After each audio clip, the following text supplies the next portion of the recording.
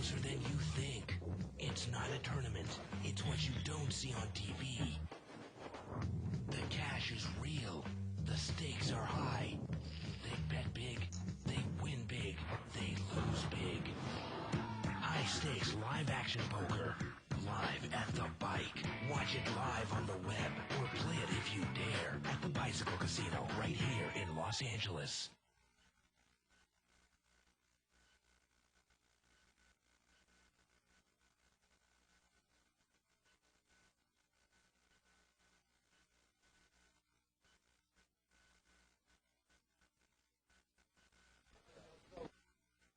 Hello, everyone, and welcome to another week of Live at the Bike. It's Monday, the first and only webcast of real action cash game poker right here in Los Angeles, California. I'm Bart Hanson. I'm here with Dave Tuckman. Tonight we're going to do 5-5, 300 to 500, restricted buy-in, no-limit game. It's a game that we kind of do a couple times a week. We'll probably do it again tomorrow.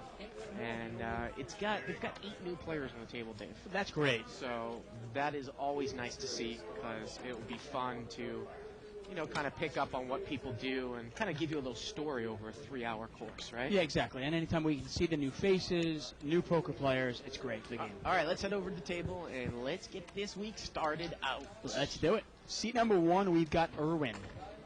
And there's Erwin. And here's a tournament player. Seat number 2, we've got Kia, like the car. Seat number 3, we've got Edgar, down in the Corona there. Seat number 4, we've got Bill. Seat number 5 is Dr. Allen. Obviously not new to the show. Dr. Allen will play a big game sometimes. It'll be interesting to see how he kind of adjusts to a smaller game for him. Seat number 6, we've got nobody there right now. Seat number 7, we've got Owen, though. Owen actually is a limit hold'em player, not a new face to Live at the Bike at all, but a little bit new to no limit. He plays in that 8-16 game. He does. Right? Seat number 8, we got Josh. Josh, yeah, there you go. And seat number 9 is Steve. So let's give you a lot of fun. A little bit of background on this game. 5-5, no limit. $300 min, $500 max buy-in. Yellow chips are $5 chips, which basically what we use here in this game. You can bring your stack up to 500 at any time. Right here, Kia, like the cars, picked up pocket aces in the small blind. And it got folded around the small blind, and kind of classic. He raises, and then the guy in the big blind says, no chop, and then he says, not with these, which is always funny to open up the night. Not with these. Yep. It would be wondering to see if Kia will chop later on. Right. When he you want to chop now? Okay, sure. Right. Once again, we like to keep the show as interactive as possible, so you can email us at live@thebike.com. You can also send us a. You can also follow us a live thread over at 2plus2.com. Go to forums, go to World Poker Tour and other events, and go to Live at the Bike thread for what is it? June 5th already. Wow. Yeah. June 5th. Now, our video blog, Dave, we had said that it was going to be up on Friday night. We know it is not up, but it will hopefully be up tomorrow morning. So you can check that out at liveatthebike.com. Yeah, apparently our technical advisor was supposed to put it up, I guess, on Friday, but I think they went on a drinking binge. I see. Yeah. Ended up not putting it up. Steve is going to make a little $20 raise here with 7-8 of clubs, one off the cutoff, and he gets a couple of callers. Now, he's got top pair, but so does Owen. Owen's got a better kicker. Owen's going to check, and I assume that Steve is going to bet here. Now, if you're Kia, do you want to get involved with this flop? Pocket fours, there's 2 other people in the hand. Could you also represent something? Meaning, could you call one time, represent a heart, represent a 5? He's going to raise it up right now, and that might get Owen out of the hand. Really? I mean, Owen's a limit hold'em player. Yeah, I guess maybe. And I'd be real. Wow, you're right. I'm shocked. Now, this puts Steve in a really tough spot because obviously, a lot of people might smooth call with 9s, 10s, or jacks on a raise there. Definitely. There isn't a whole lot he can beat here. He can't beat a real 8. He can't beat a 5. This guy might be raising on the come with a flush draw. But obviously, difficult to put somebody on a 5 in a raised pot. Difficult to put somebody maybe on a bigger 8. Wow, Steve's going to come back over the top, Dave. He's going to re-raise here with 7-8. Well, I guess if you put somebody on, say, hearts or straight draw, maybe 6-7 here. He's going to make it 60 65 more, which is kind of a little mini raise. And I guess if Kia was looking for the information that he wanted, he got it, because Steve is probably representing an over pair here. I mean, Steve's hand is good anyways. Yeah, he gets away from it. Not a bad play by Kia, though.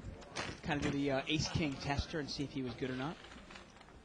Not to pump another show, but I know that the first night of High Stakes Poker, Season 2 is on tonight.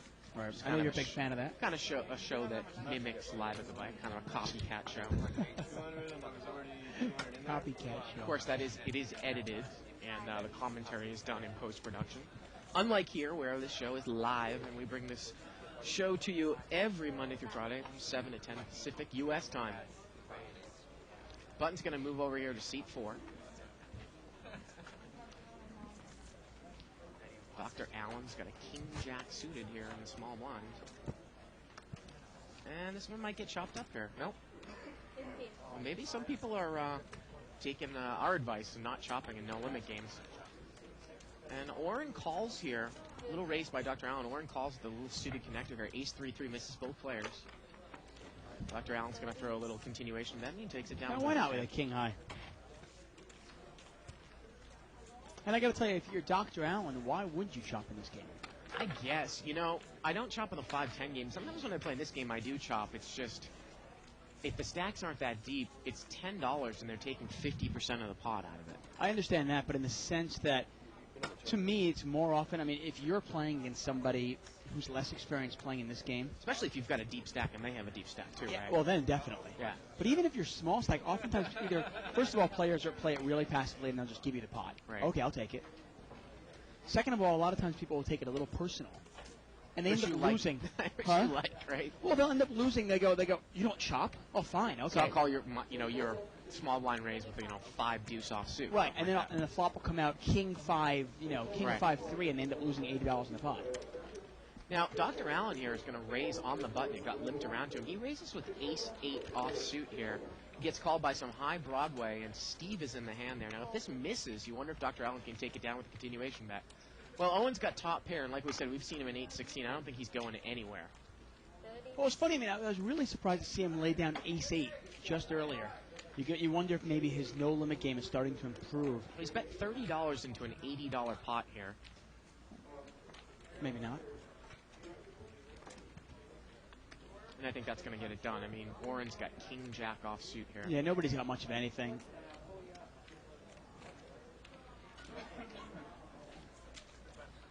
And Owen is going to take it down there with the pair of queens, top pair. Take it down. How was your weekend? Good. Yeah? It was good. Good. I saw, what did I see? I saw Da Vinci Code. How was that? I've Yeah, heard bad it things was about all right. it. I didn't Yeah. read the book, but yeah, people actually told me, I'm not a huge novel reader, but people actually told me that the book was wildly overrated and the movie was better than the book, but the movie itself wasn't really all that good. See, I read the book. I mean, thought the it was book like was a pretty good. pop culture book, Yeah. Got, everyone. But I've heard pretty bad things about the movie. So I was wondering. Like I said, I'm not a huge fiction novel type guy. Now, Josh has got ace-queen in the big blind. You wonder if that's a raising hand in this game. Well, it gets limped around to him, and he's And gonna he is raise going it. to bump it up $20 more.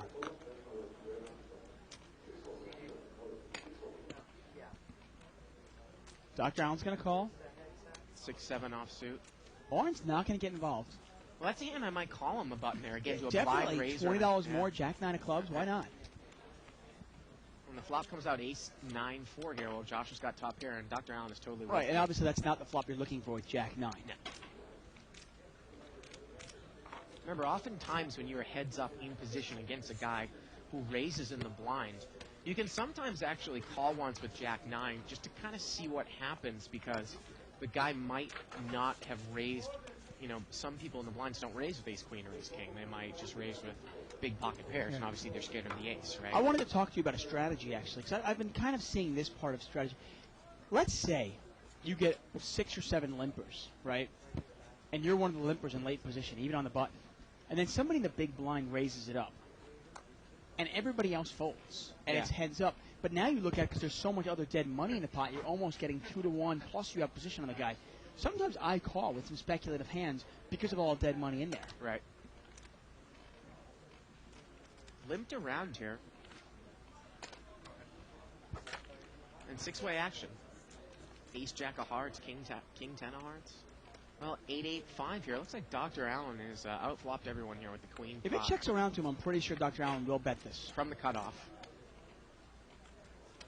And he is going to bet. He's going to bet the pot. He's going to bet 30. He's a pretty aggressive player. I like the way he plays. Now, Josh isn't going to get involved here with the check call with 4 or 5, is he? I mean, I don't know what you're hoping for here when you make this call. And he calls. Wow.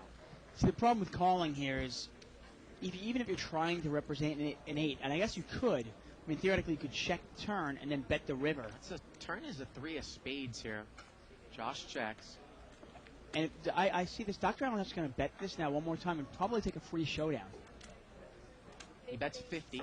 I think that is kind of a little bet. I'm sure he would fold to a check raise. Oh, of course he's going to fold to check raise. But it's really hard for Josh to check raise him here. Yeah, and Josh is drawing stone cold dead here. Yeah. He can only chop it up here. He needs a 5, a 3. And the river is a 10, and let's imagine it's going to go check, check. Unless Dr. Allen thinks he needs to bet, but his hand is good here. No, he's not going to bet it. Now, by betting the turn and the queen there. plays there. Yeah. By betting the turn, obviously both players have 2 pair, 8s and 5s. Josh has a 10 as his kicker, and Dr. Allen has a queen. Now, I was going to say, by betting the turn, you're in essence paralyzing your opponent. Because if you check that turn, you don't get any information. Well, the other thing, too, is even if a guy is sandbagging an 8, he still might check in fear that you're betting a flush draw. Yeah. You know, and he's still not going to check. And then, you know what, I mean, against normal competition, I don't think Dr. Allen probably thought he was good there on the river. I don't know. I mean, I just don't know what. I mean, calling with a weaker 5. Rather be definitely betting than calling and knowing the hold. I mean, the one thing nice about betting that turn is if you get check raised, you can easily throw your hand away. And I don't mind those spots where I can bet it, knowing I can easily throw it away. It's the spots where the tough decisions are the ones where you bet, and if you get check raised, well, then you don't know what to do because you have some sort of redraw. Look at this. Oren in seat 6 here has flopped the full house. It was limped around. See how he plays it? He checks checked it. 10, 9, 10 here. Turns another 10, and now he's got quads. Is he ever going to put any money in the pot? The answer is no. And the river here is a 3. And obviously he's trying to let somebody catch up to him. Yeah. I got to tell you, I'm probably not going to check the flop. I mean, people that know the show. But for some reason, if I did check the flop and the turn comes 10, I am definitely going to bet there and hope someone might call me with a 9, Dave. Now, you even hope that somebody might call you because somebody goes, wait a second, Bart wouldn't check a 9 on the flop. Right. And they go, you know what? And maybe they'll raise you with pocket 4s, or they call you with pocket 4s. People might say, well, why not check again, let an overcard come, then the guy bets into you on the river. Yeah, but when the guy bets into the river and now you raise, a rational opponent should fold there, and I think you end up making less money. Well, it's funny. By checking it twice, you probably have more chance of winning a very, very small pot. I mean, maybe $30 extra, $40 extra. But by betting it right away, or at least putting money in on the turn, you have probably a bigger chance of winning a huge pot. Maybe getting a monster out of it. You never know. Button's going to raise here to 30. With ace-queen. Now, Bill is going to call with pocket deuces, a couple of ducks, and Owen is in there with a dominated ace-10. Oh, there's a set of deuces here for Bill, and he's going to check it from up front. Now, unfortunately for him, both other players have missed. See how Bill's going to play this. Right, and that's part of the problem when you're calling with small pocket pairs, and you start thinking of how much money you need, how much money your opponent has to have, and how much money you have to call. You've got to realize that oftentimes your opponent will miss. And he's going to slow play it. He's going to check call here. But how much money is Steve really going to lose in this? Turns a 5. Well, might you take a card here? Try to catch a pair or try to catch an ace or a 4. Yeah, and he goes check. The river's a 7. And now Bill's going to bet and Steve's going to throw it away. Yeah. And the other thing, too, you got to realize is that if you look at that flop, it's not draw heavy. A lot of people, even if he had check called with King Jack, a lot of people won't bet the river. They're content to just check it from up front. Oh, definitely. So when he bets there, he's probably got something pretty good. Or a bluff. Nothing. But again, do you really think he's got nothing there on that flop? I guess maybe 4-5. Yeah, but even a 4-5 made a pair. Right. Yeah. So, I mean, he's probably not betting unless he's got something big there. Yeah. I think you're right. Button moves over to seat number 1. Remember, the small blind and the big blind, they're both $5 in this game. This is the one of the best restricted bind games in town, Dave, I always say. Yeah, it really is. Because a lot of other places will do 500 max games with 510 blinds, or 400 max games with 510 blinds. It gives you no play at all. Yeah. Six-way action here, limped around. King 6-9 here. Well, 10-8 of hearts here. He's got a flush draw and a gut shot over there in seat 8. Now, the key of the car there in seat number 2, he's got top pair. Well, Oren has got top and bottom pair. Oh, wow. Now look at this. Kia leads out. Seat 3, Edgar is going to call with middle pair. I assume that Oren is probably going to raise here. And he is going to raise. And now for Josh. And I like this raise. I don't like slow playing top and bottom. No. Really don't. Again, you got to start thinking about what the guys in between called with. Because you look at 10-8, it's a big hand. But you really would rather see a 7 here than a heart. You've got to realize if a heart comes, yeah, you get a flush, you have a good hand, but your hand is not the nuts. No, definitely not. Now, I'm talking about Edgar, who actually called in between. Now, Kia quickly mucks King 10. I mean, a raise and a call. King 10 is garbage. And nice layout. You know, and sometimes in this game, you don't see that kind of laydown. That's Well, a nice now layout. that it's heads up, I probably know my flush is good now. Well, the turn's a king, and Oren is filled up here. Yeah. And he's going to check. And you wonder if seat 2 is, what the heck's going on here? And now Josh is going to bet. Well, and you know what's amazing? I can't believe Josh actually fell for that. Yeah, it's... You know, the you guy really raised wonder. the flop. I He mean, raised the flop. What do you think he raised with that? Remember, you have hearts. Yeah, that so what do you is- think he was raising with, 7-8? yeah, that is An open-ended straight draw? clear-cut check behind. Now, he is drawing dead anyways. But Yeah. And now, now when Oren moves all in, Josh is almost pot committed. Actually, I want to say Josh is pot committed. Yeah, he's only got about 100 and maybe 150 left. Yeah, that is like as about as obvious it gets when the guy raises the flop and then the turn comes and pairs top pair. Well, And this guy's going to check raise them all. Give in. Oren credit. He worked it out the right way. And that guy called, and the Rivers. He wait a had to minute. call. Wait a minute. No, he didn't call. The dealer burned and turned before. Oh, it doesn't make a difference. I still think this card, for anybody who knows what's Yeah. going on, it's a burn and turn before action is complete. So this card is actually going to go back in the deck. They're going to reshuffle it, and they're going to put one card out there without a burn. Well, I think they're going to call the floor man over Yeah. to handle this. But in this case, Josh has pot committed himself by betting, by not taking the free card, and he's drawing dead. Yeah. Well, actually not dead. He can catch the 7 of hearts. But for whatever reason, it's not on... No, 7 hearts is no good, Dave. Oh, it's not. For some reason, I saw the 9 of hearts out there. You're right. He's drawing completely dead. Thank you. Now they're going to shuffle that one back in, right? Into the deck. Yeah, they will shuffle that one into the deck. Normally, if it's a turn, they'll turn the river off first.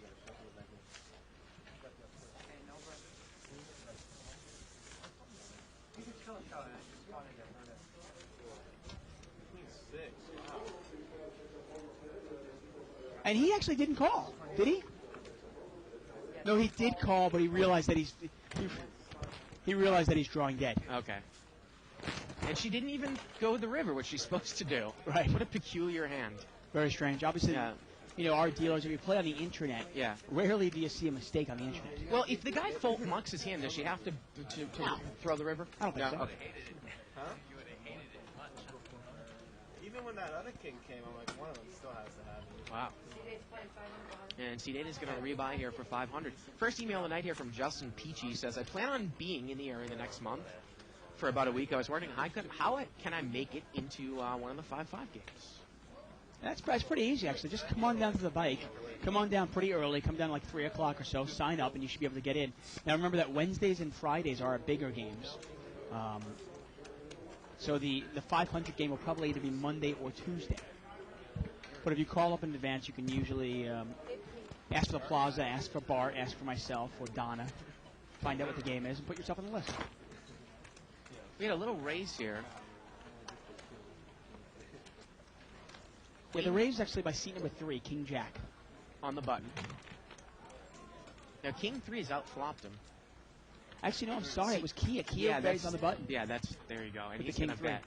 And he's outflopped Edgar. He's got the best hand here. Now, Edgar, I recognize from tournaments, Dave. When I really first started playing live poker back in 2003, right around when the WPT thing exploded in the World Series, I actually first started playing like low-level, up to $500 no-limit tournaments. And I remember that guy. beautiful and the winning is from that, different. from some of those It's tournaments. beautiful, but it wasn't the winning. Now, what do you enjoy more? Just pure enjoyment. I'm not talking about making money. I'm not talking about what do you. I mean, do you enjoy tournaments more, or do you enjoy cash games more? I enjoy cash games more because I make more money per hour in cash games. I'm sorry. I understand you've got that competitive nature because you played hockey. No, that's nothing to do with that. It's just a matter of. It's more of just what's more fun. I do think tournaments are more fun. I really enjoy cash games as well, but I like that kind of like last man standing attitude. Now, seat number 8 is limped in here from up front with jacks. 5-way action. No raise, and he's flopped top set here. Jack 7-3. Now, look at this. 8-6 of spades is in there with a flush draw in seat 3. And actually, you know what? He's going to bet. He's going to come out and bet here with top set. He bets 20. Now, I like the bet. I mean, I think you need to bet that, obviously. Now, Edgar is in position with a flush draw. He's going to call. Now, obviously, the flush draw is usually not very well hidden, but you wonder if Josh can get away from top set. Turns a 5 now, and now Edgar's got a straight draw, and it goes check, check, and it goes check. And if you're And Edgar, look at this, Edgar takes the card. Check, Wow. check here. Oh, the river's a man. jack, and Josh has made quad jacks. and this is one of those problems that Josh tried to play it tricky, and you realize that if you had bet $75 or $100, he easily gets a call by Edgar. Easily. Yeah. Now, I don't think Edgar's that player. It doesn't look like he's going to make a move on Josh. But you're certainly going to call. Now your opponent's missed the draw, and you make no money out of it. You also want to build yourself that pot. If by chance your opponent was calling you, I'm trying to think of a hand that he could be calling you with, obviously, and not get there. Pay you off. There probably isn't one, but you've got to realize that if you've got top set, you bet it, and your opponent calls you, what might you put him on? Do you really want to give him the free card? Todd B has emailed us saying that you won $3,500 this week in a 2-5 no-limit game over 4 hours. But the most satisfying thing was he won all of his side bets. So he says, what's the over-under on seat 9 going broke? I gave him 75 minutes. Well, we're not really familiar with seat 9. Wow. Yeah. Steve? No, I haven't really. Yeah. Now, Josh limped in from up front, and seat number 3 raised it with ace-queen, and Josh called. Josh is going to check. He missed. Let's see if Edgar can make that continuation bet when he raised it pre-flop. But he does not. It goes check, check, and actually Josh raised it pre-flop. And now Josh checks it again as the pre-flop raiser, and now Edgar's going to bet. Yeah. And he is going to take it down. Says you don't want it, I'll take it down. And more often than not in this game, it's pretty straightforward. People are going to bet when they have it. They're going to check when they don't have it. They're going to check their monsters, slow play their monsters, and so forth. They're rarely going to raise on the come. They're going to call you with big draws. Now, the river actually was a jack. And Josh would have made a pair of jacks, but Edgar actually would have made the straight. Thank you for that email, Chad Nishan, and I'm going to keep this one to myself. I'll show it to you after the show about the best ways to get into World Series of Poker Satellites online.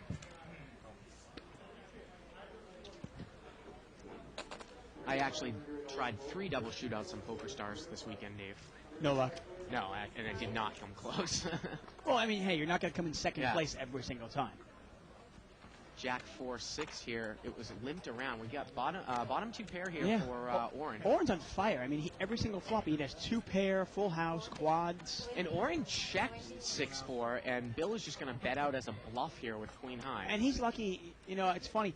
Bottom 2 pair is not a hand that I normally want to slow play. And he's going to check raise it up here to 60. But sometimes it is a hand that you might check raise because you can drive out your opponents behind you. And he's going to take it down. Now, you're going to get to this later. Okay. No, I'm not going to read the email out loud. Okay. I know you don't know what W dollars are, but I'll explain it to you Okay. after the show. Right? Great. You don't know. Actually, I know on stars, right? Right, Poker right, stars? right, Okay. right. Basically, the gist of it is that you can buy these W dollars at discounted rates on certain online sites. Really? Yeah, that's the point. Wow. And W dollars can be used for Tournament entries. Chip counts? Yeah, let's take a look at a chip count here. 1,200 for Dr. Allen. He's got the table covered. And we got almost 6,000 on the table. Let's see how they're doing. Steve up 400. Edgar up 350. Now, Dr. Allen is only up 200. Obviously, he's already rebought one time. He's in for 1,000. Irwin and Josh are our big losers so far. And we'll keep track of this throughout the night and see how these guys are doing. Now, W dollars can maybe use, I know, for the main event. I think they're used for any like satellite type tournament. Can you use them for the World Series? Yes. What do you mean for a satellite into a World Series No, tournament? can you actually use them for the World Series, though? To buy at the Rio? Yeah. No, they're Poker Stars Okay. W dollars. Poker Stars. Okay, I got you. Now we have a little race here by Edgar with Arkia by Pocket Sevens, and Edgar's going to re-race. And basically, David, Are the W dollars good for other sites or just Poker Stars? it's just Poker Stars. It's a Poker Okay. Stars. And what kind of discount do you get? I'm not sure. Okay. I'm interested. Like I said, I'll tell you more after the show. Okay. Well, I mean, I think this is a pertinent conversation that somebody at home might be listening, wondering. too. Right, but I don't. But I want to get in on it before they do. Oh, I see what That's, you mean. that's what I keep trying to elbow you over. Okay. So Edgar re-raised. Kia called with Pocket Sevens here. 9-3 deuce. Not necessarily a bad flop for Kia. Really isn't. Well, he raised and then there was a re-raise. So unless the guy's going to do this with Ace King or Ace Queen, do you want to get involved here with sevens? He's bet 50 here. And Kia is going to get away from him. Basically, like say, you know, I won a couple weeks ago. I actually finished in a super satellite. It was an $80 super satellite to the 650 Sunday super satellite for the Right. main event. But you so couldn't play it. No, I played. No, Oh, you so, okay. so they give me 650 W dollars. Right. Now I can enter that tournament, but I also don't have to enter that tournament. They're like tournament entry chips. Right. You can use that the following Sunday if you want. But I also can sell the dollars at a discount to certain sites that will buy it for me for cash, and that's how you go and buy it at a I discount. got you. Okay, that's great. John E. said on 2+2 that Kenneth James will be tonight's guest on the circuit. Oh, that's great. If you're not sure what the circuit is, the circuit's actually cardplayer.com's kind of radio show. Scott Huff does it. Bart and I were on it late February. You check it out at cardplayer.com. Late February, late January. Late February, at the end of the LA Poker Classic.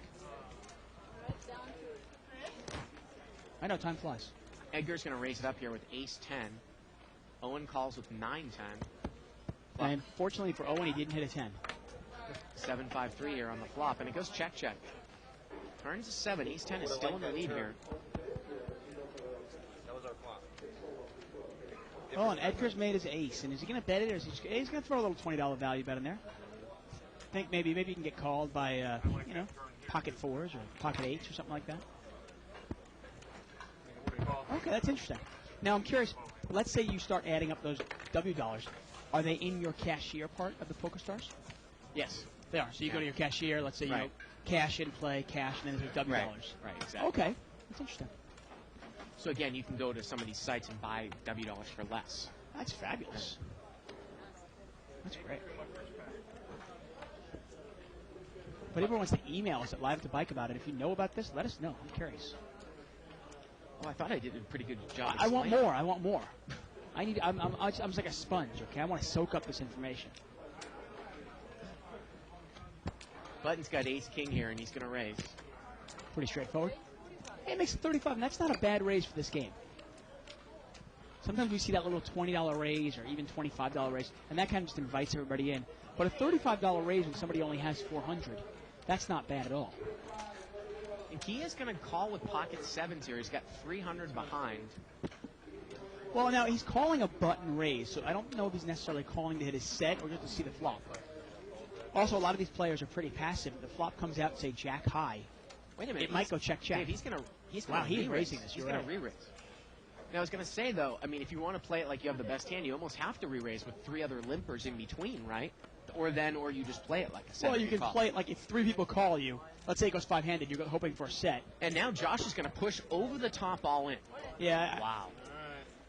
And Kia is going to call here, and this is a classic race for about, boy, it's going to be about $900. Yeah. 5-4-4 here. Kia's in good shape. See, I'm surprised Kia didn't just call this, see Yeah. the flop.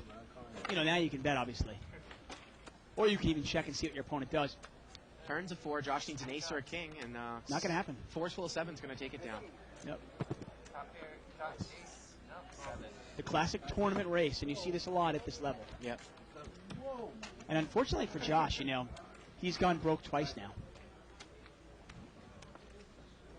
Now we got our Legends of Poker tournament coming up, starting in August 3rd. It's actually starting at right around the same time as the World Series of Poker main event. I want to say that's like probably day 2 of the World Series of Poker main event. And August 3rd is our tournament starting out. And we've got about 1 month, all of August, crazy, crazy tournaments. All the action will be here at Legends of Poker, here at the Bicycle Casino. Of course, the mini-series of poker runs opposite to the World Series of Poker, which is basically, it kind of mirrors the events of the World Series at 1/10 the buy-in. Although I was looking at the schedule, and this year it doesn't really necessarily mirror it all that much because a lot of the specialty events have been taken out and replaced with no limit hold'em. Like I see there's no Raz, no Horse. Oh, that sucks. It's mostly just no limit. There's only one Omaha High-Low. That really sucks, I got to tell you. One of my favorite tournaments here at the Pike, Yeah. year in and year out, was the mini-series because it mirrored the World Series If you look exactly. at that, like I said, there's 3 Omaha events in the world. There's Right, only one and it was here. always 1/10 the buy-in, but Right. you always got 10 times the amount of chips, so you always had a Yeah. lot of chips to play. How do they not have a deuce to 7 triple draw tournament? They don't have that. They only have That's one. Yeah. garbage. Really is. That is absolute crap. You know what? Hey, I'm not going to pull any punches here. Come on. It's one of my favorite tournaments here. Got a raise here by seat 4 with pocket 9s. I mean, I understand everybody wants to play no limit hold'em. Yeah. I mean, I don't know. Whatever. Get into it. Don't get me started on bad beat jackpots. Oh, and we're going to see sort of another race here. We got ace queen against 9s, and there's a flop. It's only one overcard to the 9s, and is Bill going to bet he is? It looks like he's going to put a $100 continuation bet out there. Owen's not going to get involved. He's going to throw this away, I'm sure.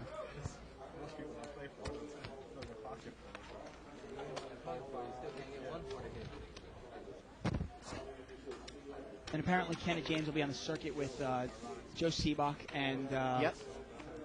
and Gavin Smith. And Wow, he's that's just, I mean, it's going to be an entertaining show, I'm sure. No, I'm sure, definitely. Yeah.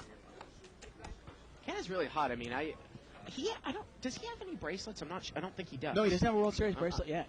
I have a feeling that maybe he'll get 1 or 2 this year. Well, that's what his hope is. He said Yeah. he's going to play every event he possibly can. Of course, logistically, you have to really plan it out because you can't play in every event because there's sometimes 2, 3, or 4 events overlapping each Although a other. lot of the players actually would play, what they'd end up doing is if they were going into the second day of one event, Right. they would sometimes play in that first event anyway and just let themselves get blinded Yeah. off in 3 or 4 hours. Got a raise here on the button with 9-3 offsuit after 1 limper by Irwin. I actually saw Negreanu do that a couple of times where he would go from my table. He's like, oh, I got to go right to the table. Hold on. And he'd run to the other table and play for an hour. Now, I'd imagine, like I said, I'm planning on playing the $5,000 Omaha High-Low event, which Right. is, I think, the second week. And I will imagine the competition in that tournament will be as stiff as in any tournament because I think all the big guns will play that tournament because it's kind of the championship of Omaha. Oh, of course, and you're not 5,000. going to get like, for an example, I played in the Stud High Low event last year. One of them that was like 1,500 or Right. 1,000. Right. Not only did we get everybody that knew how to play Stud High Low, but you got the biggest donkeys in the world in this tournament because they were all like, oh, wait a second, it's only $1,000. It's small. Okay, I'll take a Didn't shot. you say that one guy said he had a jack low the first hand that you Yeah. win with? And he wasn't kidding. Obviously, this is an 8 or better game. Right, Just Stud goes to High show. Low, Yeah. 8 or better. Yeah. It was really pathetic what people were Yeah. raising with, calling raises. I mean, I had some guys calling raises with like split jacks. You know, I'm showing an ace and the guy's calling a raise with split jacks. You see that in a cash game here all the time. Yeah, but I mean, you could look at it like, what is this guy doing? Now look at the seat 8. He's on the short stack. He's going to move all in here with King 8 suited. And oftentimes we've had this discussion because I think David and I, kind of, we didn't necessarily talk bad about the short stack, but people said, you can play the short stack effectively. I just think that you give away a little bit if you know how to play deep stack. But we haven't really seen anybody play a short stack game effectively on the show. I mean, this guy moves in with King 8 suited with 95 left in a 5-5 game. I always think the inherent problem is if you play this short stack well, how long are you going to be short stacked for? Right, and then you just get up. Right, Yeah. so what, are you just looking to double up and then go? Get up, recycle yourself after a half an hour. I think people do it online because Yeah. they can just get up from the table. I There's so did it many on games. Friday, actually. Yeah. Friday I was kind of just middling around in a 10-20 game, and I Yeah. got moved over to what was the main game with Corporation, Mike, Yeah. and a couple of the big hitters. And I bought in for kind of short. Kind of like what Mo does. Yeah, I bought in for short. I actually tripled up on one hand, and I got up and left. Kia has raised it up here with ace excuse me, Oren is raised up here with ace king of clubs, and he got several callers. He's got a nice flop here. Yeah, Edgar's got top pair, but Oren's actually a favorite here. He's going to bet 50 into about a $100 pot here with overcards and clubs. Yeah. Oren's got 15 outs to the win. You can see the percentages there on the right-hand side of the cards. And Edgar calls. You know, when you call a raise with Queen Jack, is that the flop you're looking for? Well, now he turns two pair, and Oren picks up more outs to the 10 here. Yeah, obviously the ace or king are no longer good, but any 10, any club, he's got 12 outs to the win here. And look at this, Oren bet, and Edgar just called, and then Oren checked blind. And it goes check, check. Oren bet the turn, Edgar just smooth called, and then Oren checked the river blind. Wow. With a big draw. Yeah, that's really surprising. Wow. Normally, if somebody checks blind in the river, it's because they already have some sort of a made hand. They've already got, say, king-queen. They've got queen-10, something like that. Edgar just checked right behind them with two pair there. I mean, it kind of... Well, the king is a scary card, obviously. Kind of, you know, mistake begets mistake. You call a raise with Queen Jack, now the flop comes Queen 9-3. Well, I guess the continuation bet, it looked somewhat weak, so he called. But then the guy bets again on the turn, and he make two pair, and he still just called. I think you need to pop it up there. You've got to assume your opponent has ace-queen. You hope he has ace-queen. Right. And you're going to pop it up Or right an there and overpair. then. Yeah, make him pay for it. Yeah, I'm gonna kind of track this, the mini series versus the World Series. Yeah, there's no horse event in mini series. Right, that's what I'm saying.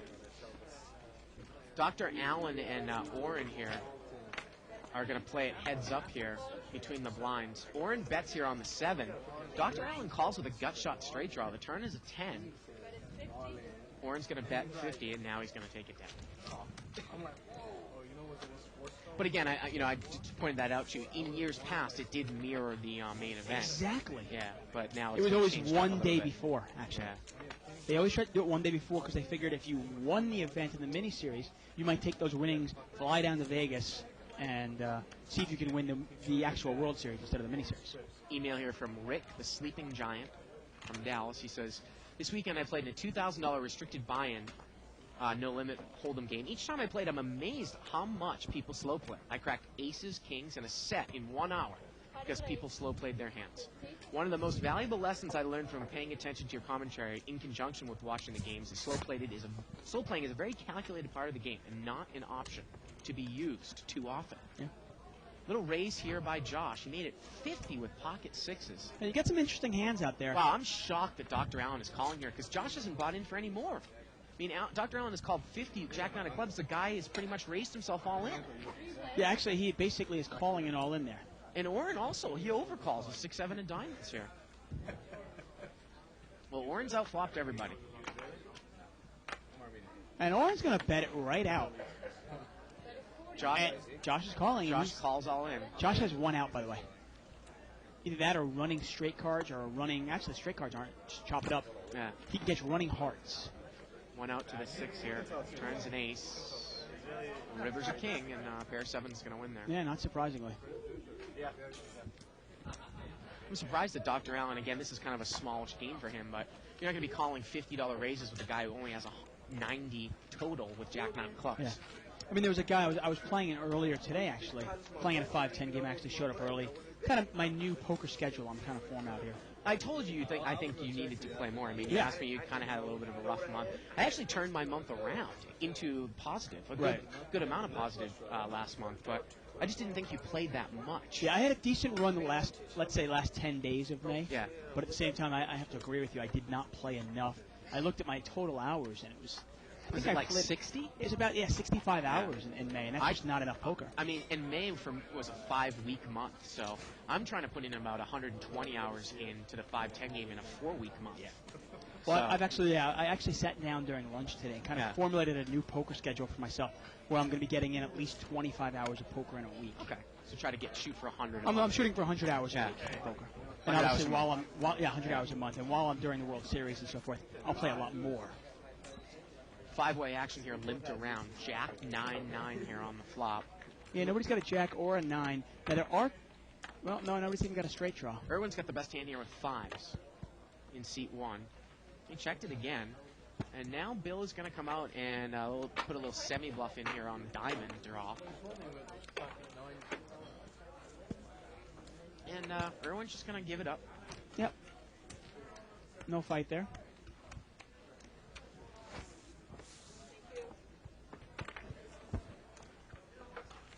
And now Todd B is changing his. He says, "Oops, I meant seat 8 for my prop." Oh.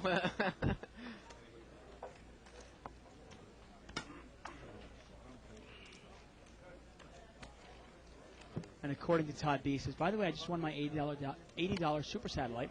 Gives me like 4,200 W dollars. You think if I get 10K in W dollars, I could just buy my seat outright?" And that's what I was wondering. I thought you could actually buy your seat on PokerStars for the World Series. I don't think that W dollars actually translate directly into cash where you can buy it with $10,000 W. I might be wrong about that. Okay. If anybody knows PokerStars, if you can use because I know you can buy. I remember going on PokerStars last year, and they were selling. You could actually buy your way in for like a $1,500 tournament or a $3,000 Right, tournament. with cash though. Remember, W dollars are not the same though. Now, seat number 2 here is going to raise it up to 15 here with ace-jack, a call in between. And Dr. Allen is going to re-raise here with ace-7. And again, you know, it's funny, we talk about how players play differently at different levels. He's going to re-raise here with ace-7. And let me throw something out at you. You know, I was talking to Hob on Friday night. Yeah. And we were talking about Mike's game. And Hob said if he had the bankroll that Mike had, he would play super laggy like Mike. Obviously, the money doesn't mean anything to Mike. He's part of the corporation here on the other side of the casino. So if you ever wanted to test out, say you have the bankroll to play in 10-20 no limit. Dr. Allen's a doctor. I assume the money doesn't mean that much. Obviously, he's not playing over his head. If you ever wanted to test out like a laggy style of play, could you move down to this level and do it in here?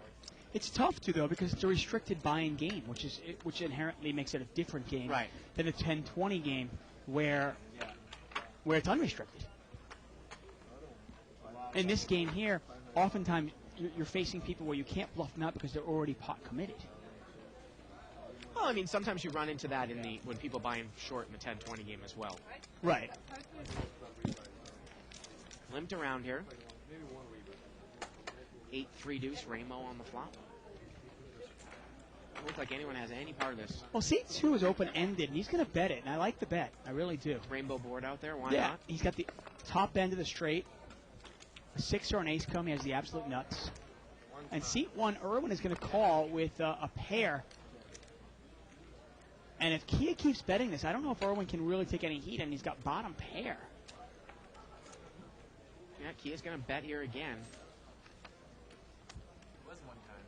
And it looks like Irwin's going to fold. Yeah, he said he called one time just to see one card. Interesting post here by the station on 2+2 saying that the Bellagio just switched their 2-5 blind no limit game from what was a $200 max buy-in to 200 spread 200 to 500. And that's Right. obviously a much better game. Actually, the Bellagio also had one of my favorite games at the Bellagio while I was there. They actually had a 500 1,000 spread game with 5-10 blinds. Okay. And that's not bad because then you can just buy in for the max. And You again, buy in for 1,000. I think that, and I told you this before, that I will probably be taking a step down in the cash games in Vegas a little bit. And maybe you'll see me in that game, the 1,000 game, because I'm not necessarily familiar with the players, and I just don't want to buy up in like I do here for 2,000 or 2,500 when I know everybody. Take one hit Yeah, and then boom. yeah. All right. Got a raise here, all in. Although I do think that your reading skills, I think you underestimate your ability. I think your reading skills are good enough where you can sit down, watch the table for 30 minutes, 45 minutes, and kind of figure out where you want to put your money in against, who you want to put your money in against. Now, Irwin, he moved all in with Queen 9, and Dr. Allen has him dominated, and I think Dr. Allen is going to call the all in here with Ace 9. And he does. And he's in great shape. A little gamble. Yeah, gamble, or he just figures that Irwin's trying to push it here, Dave. And again, if you're playing short stack, I just don't see how this is the strategy to push in with Queen 9 after two Well, rounds. it's funny. The pocket fives where he actually had the best hand. Yeah. He threw away, called off some of his money with bottom pair, and now he's moved it all in, and he's almost drawing dead. He's in terrible shape. He needs some sort of running hearts or running queens. Well, he can actually catch a 10. 10 gives him a straight. That's right. And there's one heart. No. Yeah. Ace 9's going to take it down there. No, but I kind of acknowledge, Dave, that one of the weaknesses in my game, and it might because we do the show so much and I have to pay attention here when I'm playing in the afternoon, is that I don't pay attention as much as I should. And because I'm in a comfortable zone where I just know I really don't have to pay attention in the afternoon because I know all the players so well. Of course, right. You know. it kind of challenges you. I'll tell you, it kind of annoys me, actually. I'm considering not playing here as much right now. One of the reasons being is I know so many people at the bike. While I'm playing, people are constantly coming over to talk to me. Right. And nobody actually knows. You can't really blame them. But at the same Right. time, I'm trying to work. I'm really trying to focus. As much as we focus here, Right. I'm trying to focus at the table. And obviously, anybody that comes up to me and talks to me takes my focus away. And some of them even say, they go, oh, you're not in the hand. Right. And I go, but I'm trying to pay attention. I'm trying to pick things. You've got to really pay attention to these games if you want to win. Button's going to raise here with ace-queen.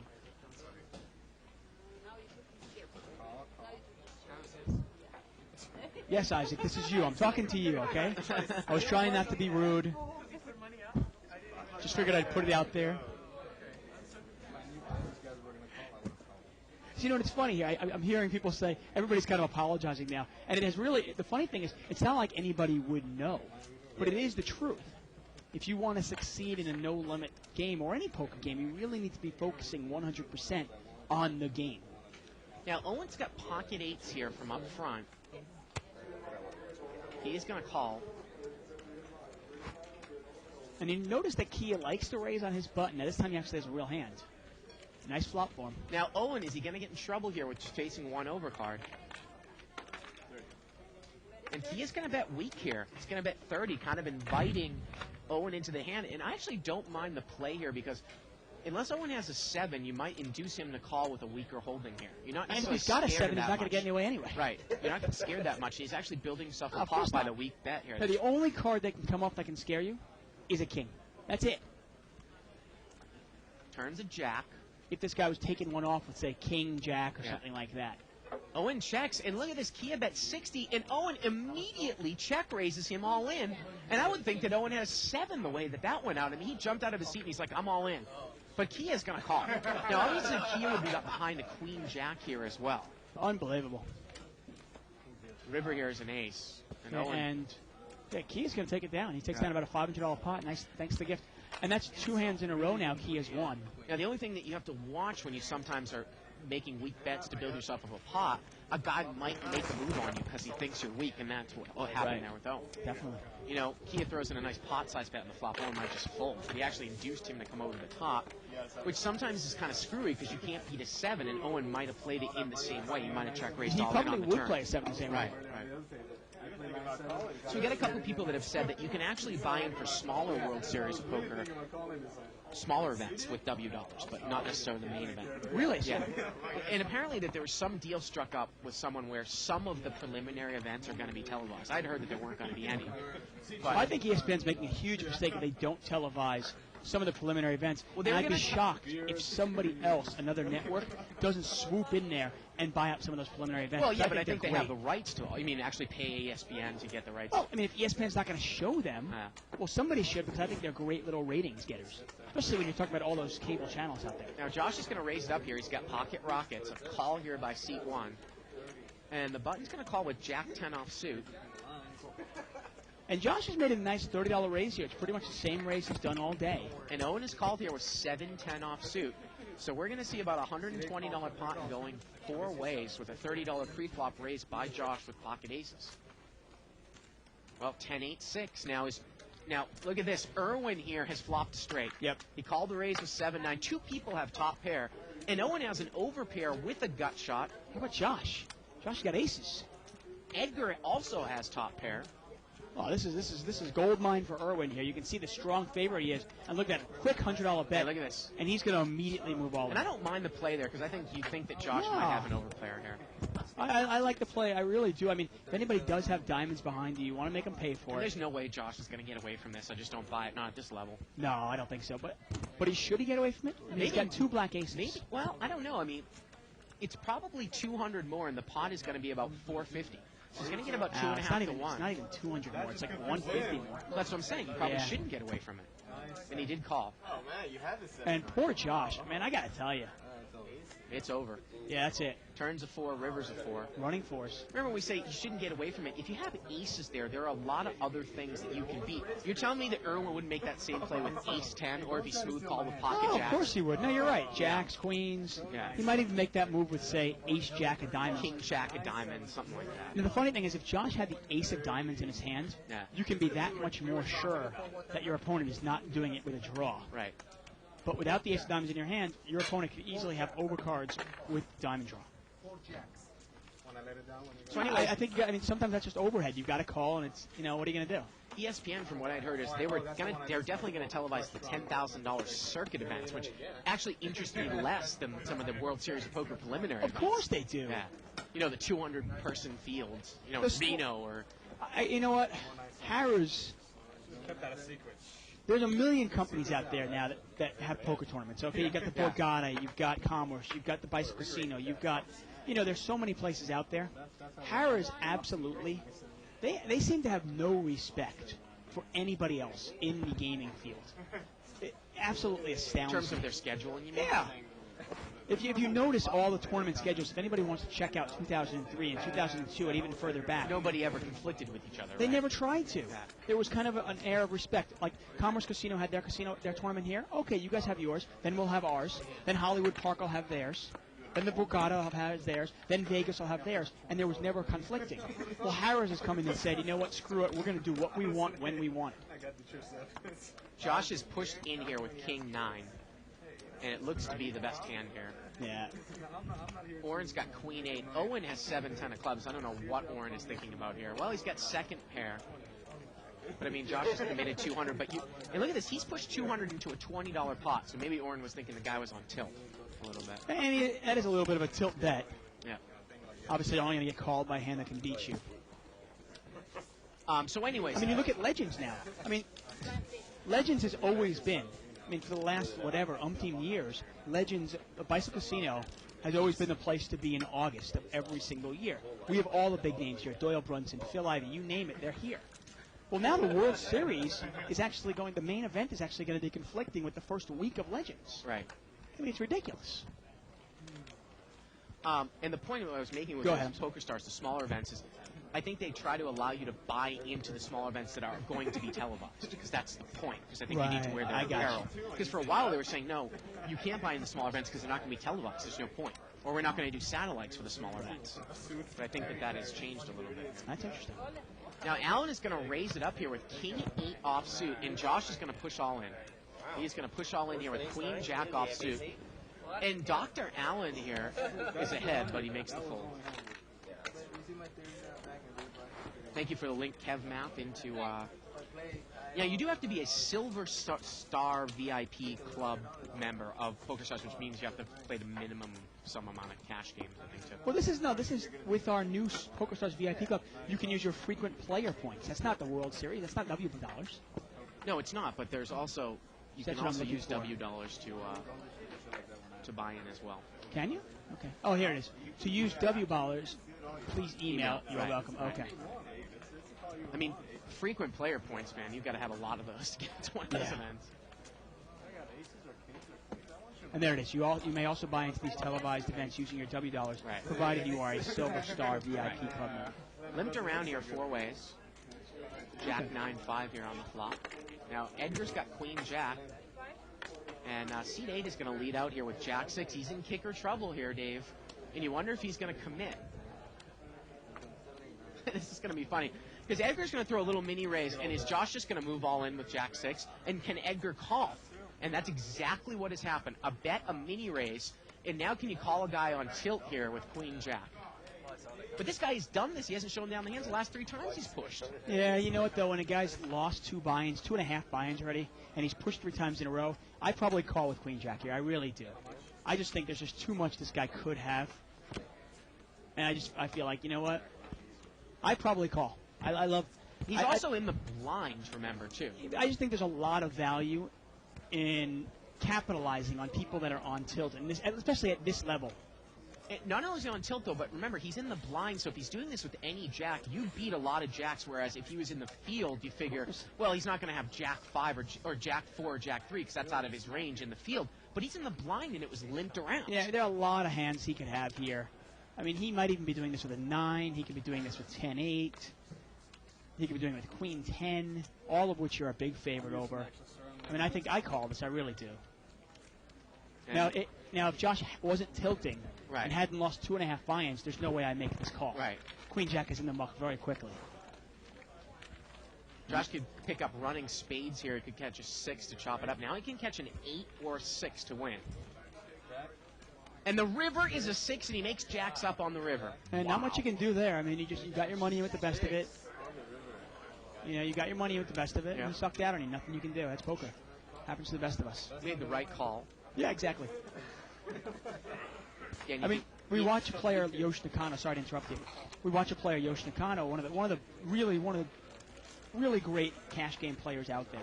I mean, phenomenally plays. He's our high limit host, and anybody familiar with Live at the Bike knows him from our big whale games on Wednesday. And Yoshi Nakano, one of the things he is great at is recognizing where a player is psychologically. You know, where a player's mind is. Is this person drunk? Is this person tilting? Are they on top of their game? Are they playing their A game or are they playing their D game? Although we've seen Yosh go on tilt. It happens, hey. It's funny. He definitely does. Yeah. It's surprising for such a good player, too.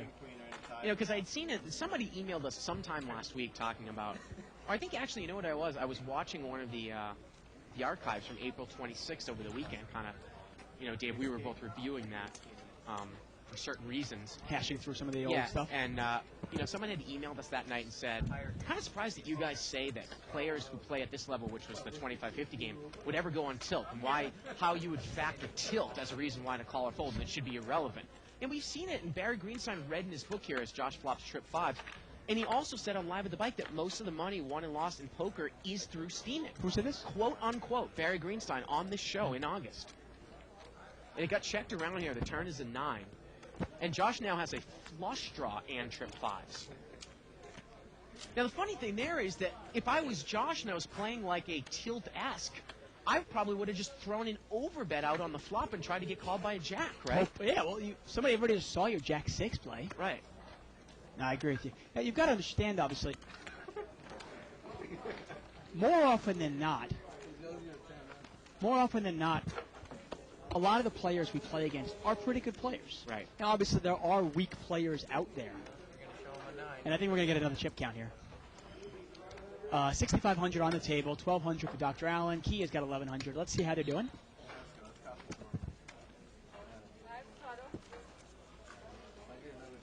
And let's see. Ta-da.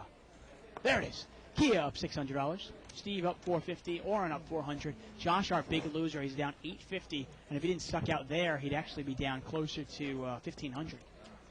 And we'll keep track of this the rest of the evening. I was going to say, most of the players we play against are pretty good players. Yeah.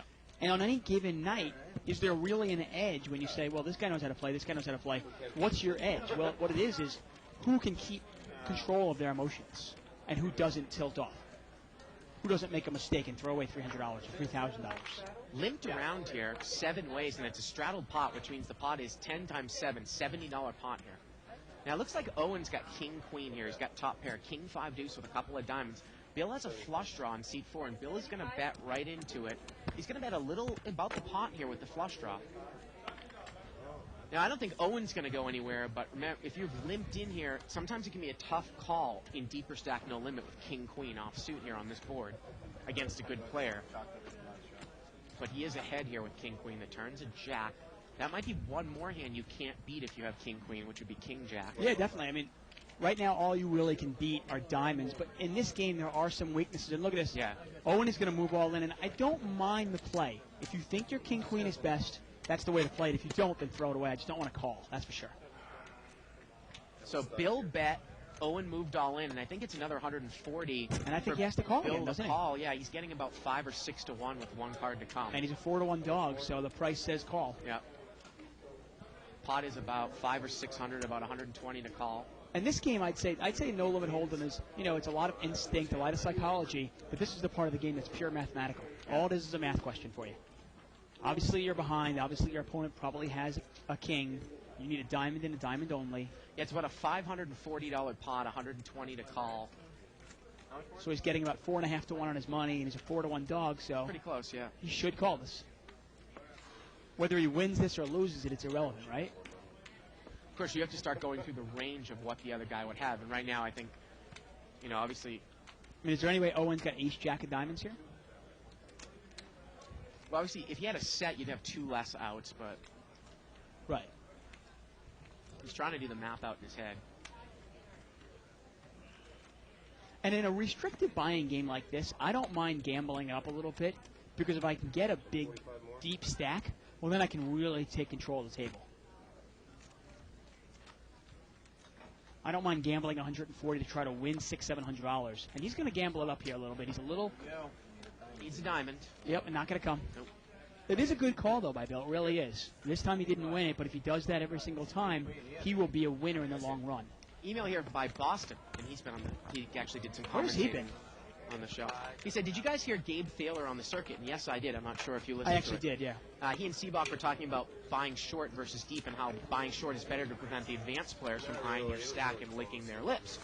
Well, that is true, and Gabe Thaler and Seabach were talking about a player that obviously is not that advanced and is a little bit new to the game. A short stack is going to help you with your decisions, Of course. help your play. But the point, though, is that if you are an advanced player and you're comfortable with the money, I think that you leave money on the table by not playing a deep stack if you can on the table. Well, it all comes down to this. If I'm playing at a table where I feel like I'm one of the most advanced players, well, then I want to cover the table. Right. But if I'm sitting at a table where there's a bunch of players that I think are better than me, that are more advanced than me, yeah, a short stack probably is a good play. Right. But then again, let's talk about game selection. Why would I be sitting in a game? Where you thought everyone else was better than you. Exactly. Anyways. Right. He goes on and says, "My question, though, is if you have the bankroll and consider yourself a good player, why wouldn't you want more money on the table?" And that's exactly the point. Yeah, there are a few select times where a short stack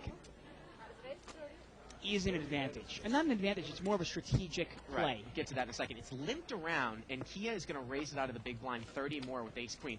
Dr. Allen makes a quick call here with Jack 10 in position. And if you're deep and you're in position, the call actually is not that bad, because I think Dr. Allen has Kia covered here. Yep. And you've got to realize the dead money that was already in there from Yeah. the 5 limpers really is paying for it. And Kia is going to bet 30 here. Now remember, if Dr. Allen Small was bet. paying attention, Kia made that small bet with top pair against Owen last He time did. too. You're right. And Allen is going to suss it out, and he's going to raise.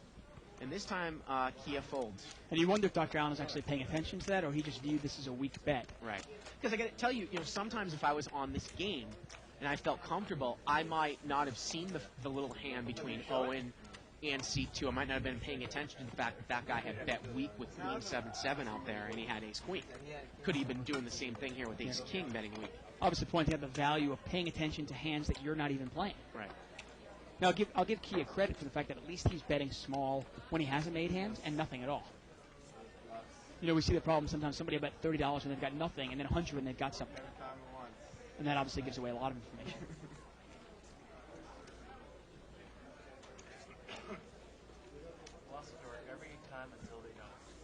And this is actually we're going to say there's 3 ways, I believe. Well, and it's going to be raised out of seat 4. Yeah, Bill's going to raise it up here with Ace-Queen. 35 more. Again, Dr. Allen playing a hand that he would not play in early position in a bigger game. No, definitely not. I mean, that's not a hand you really want to be playing out of position. Yeah. Now, in this case, he actually has position on both of his opponents. Rarely. The rare time you have position on your 2 opponents. Under the gun. Yeah. Yeah. And Bill takes it down. Pre-flop. Now, I'll say on Friday's show, I was playing with Corporation Mike. I actually jumped into the game, and I was in seat 1. And I'll try to paint the picture for you guys.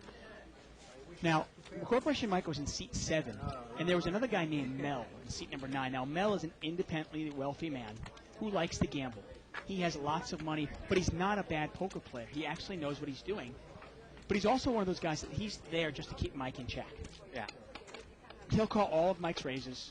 Yeah. He is unbluffable. Yeah. Okay, you can't bluff this man because the money doesn't really mean anything. He's having a good time and he's Right. playing around. And anyway, these guys were literally, it was going like, I'll make it 200, I'll make it 600, and they were just kind of competing against each other. And I looked at it, I'm going, well, I could buy into this game for $4,000, and really put myself in some awkward situations where Right. do I want to call pre-flop raises with a Ace hand. 10 offsuit, Ace Jack offsuit. Even ace queens and Right, stuff right, like that where it's like, right. do I want to call $600 there? Right. And then if I miss, what do I do? Right. You know? So what I decided to do is I kind of bought in short. I bought in for $1,500.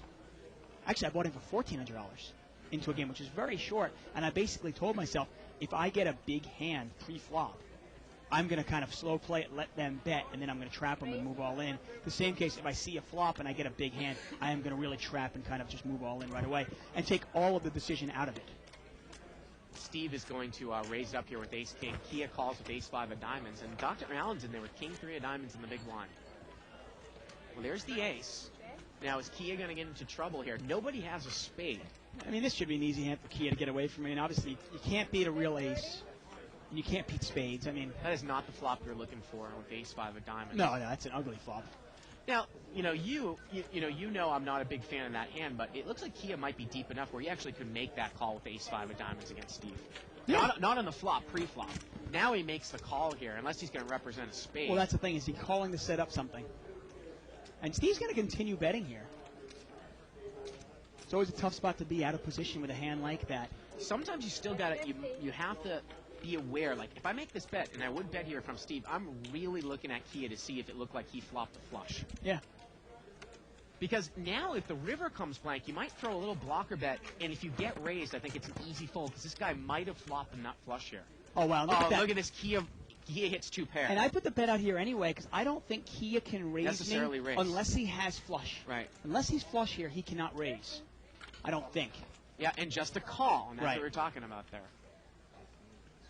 And ace 5 is going to take it down there. He sucked out on the And I river. like the bet by Steven. One of the reasons I like that bet is he is probably going to get called by ace 5. Yeah. He's getting called no matter what. And again, And the off chance that he gets sucked out on that. one hey. of the reasons why I think you raise with a flush on the flop there as opposed to the turn of the river, even if you flop the nut flush, is because if you're got a player like me who might have, say, ace king or maybe even ace queen with the queen of spades, I am not necessarily going to give you credit for a flop flush if you play it that way. Whereas for me, if I hear from you on a later street, I kind of peg you as maybe a player that's not that good, and it's an easy fold for me because you flop the flush. There's just less you can beat. Yeah. The more cards that come out, there's less you Yeah. can beat. All you have is top pair. Right. Yeah, it looks like Allen here has apologized for talking See, to everybody's you. probably, like I said, it's not anybody specific. It's more of just I have a lot of friends here. Right. And at the same time, I don't want to be rude to a lot of people either. Right. But it's like when you're working, you want to be able to focus on what you're doing. Yeah, Edgar is posted behind the button. He just picked up 2 red aces. He's going to raise it up, and he is not going to get any action here.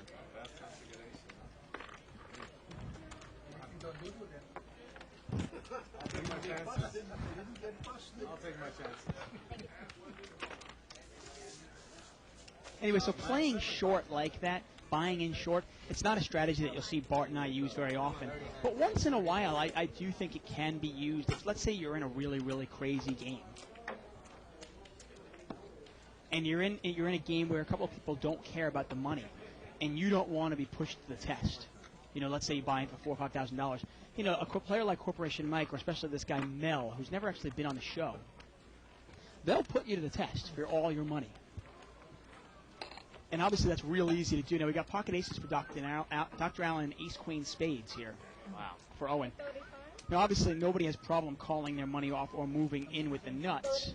But if let's say you only have top pair against a player like Corporation or Mel, Corporation Mike or Mel, are you comfortable putting in $4,000 against those guys? Right. So a raise here with aces and a call by Owen and a call by Bill, and this pot's about $110. Oh my! Wow, what a monster flop here for Owen. The case ace comes out. He's got top pair with the nut flush draw, but Dr. Allen's got the top set. Oh, the money's going in now. Dr. Allen doesn't slow play, and he does not usually believe in slow playing. I think he's going to raise this right here and now. I think you put Owen on maybe a weak ace here. I think you put him on spades. Really? You put him on an ace?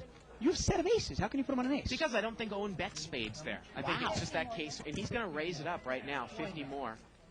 And Owen is going to make the call. Wow, you're surprised. You know what? You can't blame Owen for going broke on this one. You really can't. I mean, might you push here with ace queen of spades? Here we go to the turn. And the turn's a spade. And Dr. Allen still has Now, outs. Owen's going to bet 50, and I think this is an easy call here for Dr. Allen. Definitely an easy call. I don't think Owen is advanced enough. I don't think Owen is advanced enough to make a stop bet. And look at this, Dr. Allen raises, and now Owen moves over the top instantly all in. Remember, you got to recognize the player you're playing against, Dave. Yeah, now you had said cases. Now, for me, it's really hard to put him on. And I know Owen rarely will bet a flush draw, but it's hard for me to put somebody on a case ace. So I got to go, okay, what does he have? He probably has spades. Well, now he's hit it. I'm definitely going to just call the $50. Right. And I'm going to fold the river, unless I fill up. Thank you very much. And how much more is it here? $5. I mean, maybe a call if it's a small bet, putting somebody on a pocket deuces, but It's 350 more, and the pot is about 900, I want to say. so he's getting 2-1 on his money. It's probably now this is a case where it is not a call. You should throw this away. Yep. He's a 4-1 dog, and he's only getting 2-1 on his money. And Allen is going to call. Dr. Allen's going to call, and I think Dr. Allen made the mistake here. He should have just smooth called the turn. And we talk about expected value. Now, this is a hand, if you're a professional poker player, this is a hand Dr. Allen right now is losing money on that call, regardless of what comes in the river. He needs the board to pair here, king, 3, or deuce. The river's a 6 there, and Owen is going to double through. Yep. Wow, and that is a giant pot.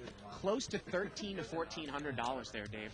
Yeah. Big, big pot. Maybe, actually, I got to tell you, it's more than that. It looks like it might be over $1,600, $1,700. Really? Owen had that much? Well, let's look at. He did. You're right. Yeah, I'm just You're looking right. how much Wow. is there. I mean, he's got 500. Another that's 1,200 Yeah. on top of that. 500. And I think Dr. Allen knows he made a mistake here on the turn. You've got to realize the board is ace, queen, deuce, 3, all spades. He bets $50 into you. Now, I guess you can get mad at yourself if the guy has a set of deuces and he backs into somehow this. I mean, I just don't see how. What do you think you can beat there? Right. What do you think he's making this move with? On the turn, I mean, I think it's a call on the turn, and if you don't pair up on the river, I think it's probably a crying call on the river. But you've got to realize that Owen is probably going to bet small because he wants you to call. Yeah. He might only bet, say, $100 or $90 in the river. I've never seen him like this, so that's what could happen to aces, huh? oh, I've laid it. And it might be just one of those crying calls where you're kind of hoping the guy has a set or 2 pair. Raise. You get 45. Yeah, that's 0 for 2 for aces. Seat 5 here is going to raise it up to 45. You won the aces. 40 more. That's Dr. Allen with pocket 9s. Email here from Boston. He said, why were you reviewing the April 26th episode? And, I think actually Bart and I, from time to time, we like to review the archives. Not necessarily to pin the players, but more to improve our own commentary. Nice battle. Kind of see what's working, what's not working.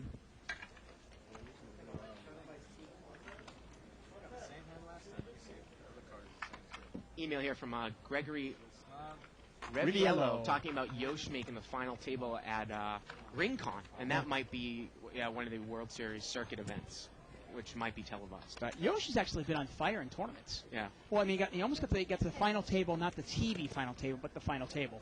Well, Actually, no, it is the final table. They of the do circuit. it 9-handed, the Harris event. Right, so you get the final table of the circuit event. Yeah. He also won that world event where he was representing Japan Right. in that $250,000 free He roll. won the whole thing. He won it. He won Wow. $250,000 for that.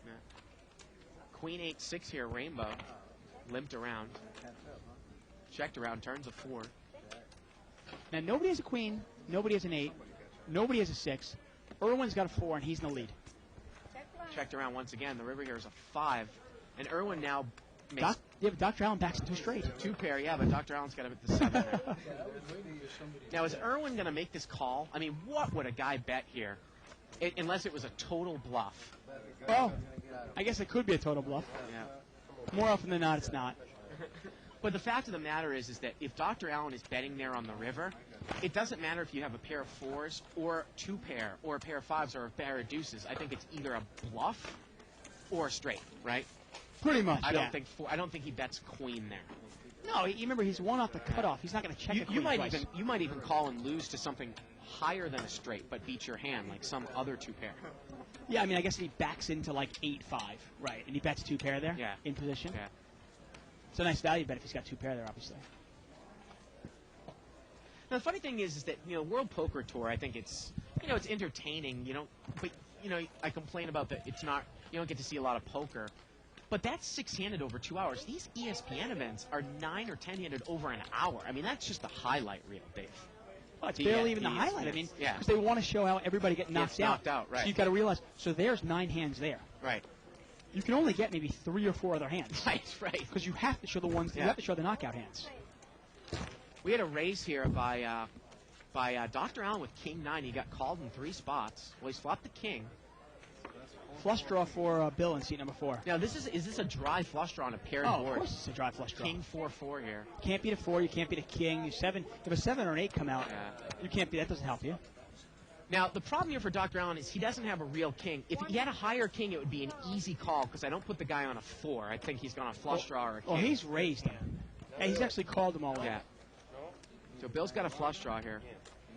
And Allen's about almost a 3-1 favorite. Yeah. See If the percentage flush there. comes, Allen actually has a redraw to a full house or a higher flush if a diamond comes here on the turn. Turn is a jack. Nope. Not going to get there. Bill makes a pair of 8s on the river. Yep. No good. Allen takes it down with kings and 4s and a jack kicker. Now it's funny. I gotta give props to our technical department, and I say department quote unquote very loosely because it really consists of like 2 people. Okay. And I got to give them props because I was browsing through, as I was looking through the archives, I spent about 5 hours going through some archives, and I went to the April 26th, and I went to some other ones, and I even started going back to some really old ones just to kind of see what the show was like and hear us and everything. And to see how far our show has come technically, just technically, forget about us, it really is amazing. Yeah. I mean, it almost looks like you're watching something. If you were to go back to the archives, and anybody who's not an archive subscriber, you go to liveatthebike.com, top left-hand corner, you can click on it. For $14.95, you get every single show we've ever done. And if you go back to like last March, last April, and you see where we've come in 1 year, it's astounding. Raise here with ace jack offsuit by seat 6. He's going to take it down. And Kev Math has posted here, and I did read this, that ESPN's they're actually showing some of the preliminary events after the main event. They're going to Okay. show circuit events, then the main event, then the preliminary events after the main event. Okay.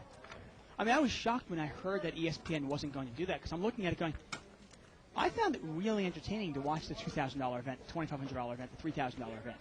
I wish I could see more hands. Right.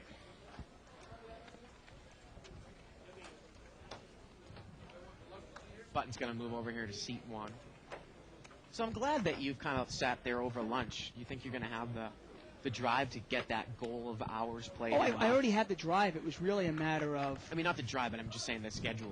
it was really a matter of, and something you don't understand, being married, having other commitments, and anybody who's married or anybody who has other commitments like that, it can be difficult. You know, it's kind of a tug of war type thing. And my wife is great. I mean, she's really cool. She understands that I've got to play. But, you know, when you're not on a schedule, she can go, oh, well, you can play tomorrow. Don't Right. play now. Right. Stay with me. Dr. Allen's raced it out of blind here with 10s. Queen 5-7 here, a couple spades. Well, he's got the best hand so far. Edgar's got a flush draw here.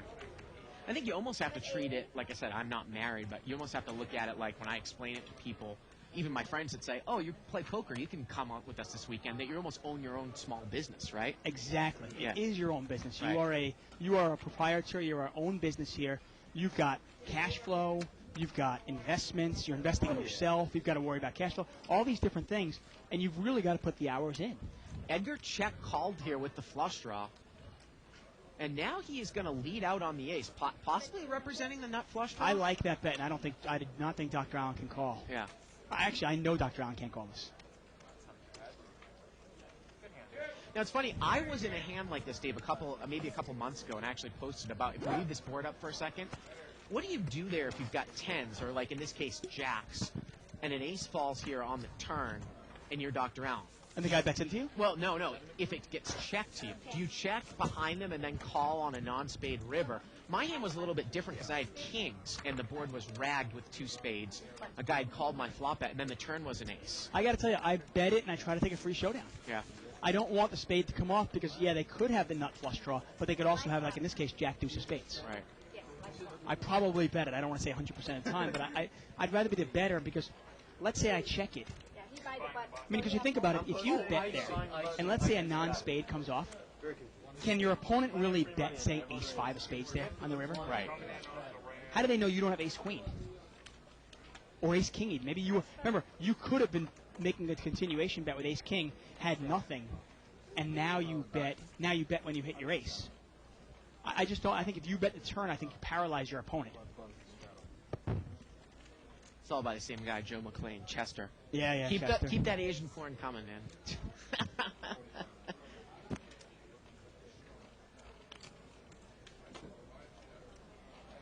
45. C3 here is going to raise it up here to 45 more with ace-8 of diamonds. And Dr. Allen calls it King 7. He is really playing loose here. Yeah, now I don't mind now. Edgar's betting. He's raising with his position more than his cards, I'm assuming. And you look at this now, Dr. Allen's missed it. In all likelihood, Dr. Allen has to check it. If Edgar bets this, he should take it down. That's the value of position there. He's going to bet. Now, is Dr. Allen going to make a move here?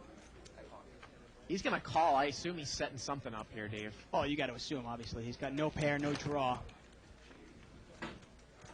Turn is an 8. Edgar's got the best hand I got now. to tell you, I mean, it's tough. If I'm Edgar, do you really get away from this? I mean, do you put him on a 10? I mean, he could have a 10, but... Well, now he's going to come out. Looks like Dr. Allen's going to come out and bet here from early position. Remember, Edgar has hit what is top pair here now on the turn. I don't buy this. I really don't. Not the way Dr. Allen's played this. I don't... And look at this. Edgar immediately moves all in. Yeah, and Dr. Allen's trying to make moves against players that you really can't make moves against. Well, I mean, I don't mind the play here, but I mean, Edgar hasn't played it that bad tonight. No, and he's he played thinks great. he's got the best hand. He's going to move in here. But we've seen time and time again, this game is not necessarily the game you want to be making moves in. Well, I just wonder if Dr. Allen's trying like some sort of laggy strategy here. I'm honest with you. Yeah, just- because we have seen him play real solid in the higher games. Yeah, and I look mean, at if he was going to look at that, the King on the River's river, king. yeah. If he sat down and he was, this is the first time we ever saw him, we'd be like, what is this guy doing? He's so good for the No, game. But we definitely. know that Dr. Allen's a good player, so I just wonder if he's just trying to. No, it's definitely, I mean, Kelsey, I know, we talk about Kelsey all the Right, time. right. He'll sometimes play in this game just to employ new strategies, to try new things out. Right. That way you can go home, and I wouldn't be surprised at all if Dr. Allen's doing the same thing. I agree with you. No, anyway, so I was talking about making a schedule. Obviously, I'm like totally gung-ho about doing that. I mean, I'm really trying to stick to this because ever since I haven't cropped, it is difficult sometimes. I mean, Especially, my wife's a very good-looking girl. She can be very persuasive. does your wife, kind of buy the fact that it's kind of Definitely. your own No, business? she's she's 100% supportive. Yeah. Which is one of the reasons why I sat down with her and we kind of went through it and Yeah. said, okay, well, I can work here, I can work here. Right.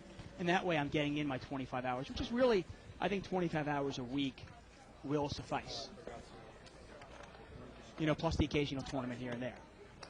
Yeah, like my goal actually is in reality 28 hours a week. That's what I've figured myself out at. And if you can beat the 500 game for the the hourly that we normally can beat it at, that's pretty good for the week. Plus Oh, the little money that we get for doing some stuff in here. Right, exactly. Yeah. Jack Lehman playing.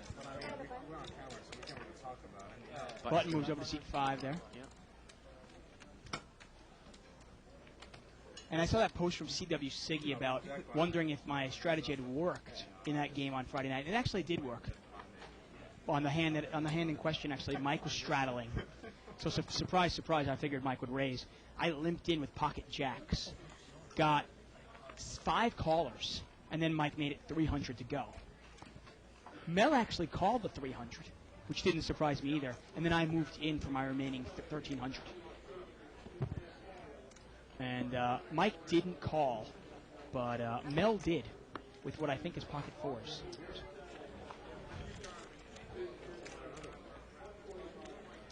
Limps Jack. around here, yeah, Jack 7. Steve's got trip jacks. Now, Bill's got a 7, and he's not going to bet it. Wow, and he checks around. Wow, a quad jacks here.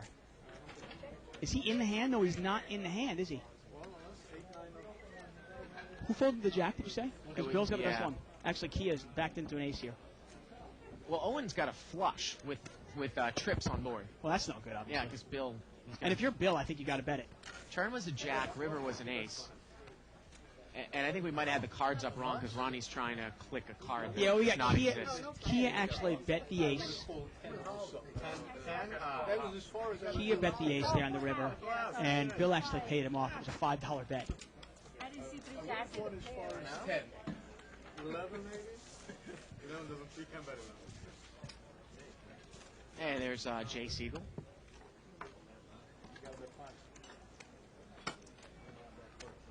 Yeah, that is the new Max Shapiro. He's going to be doing the articles for Legends here. Yeah. The new and that tournament gets writing. picked up by Card Player, doesn't it? Online and. I think so. Yeah, Yeah, it I mean, does. I would assume it gets picked up by a lot of Yeah. poker sites.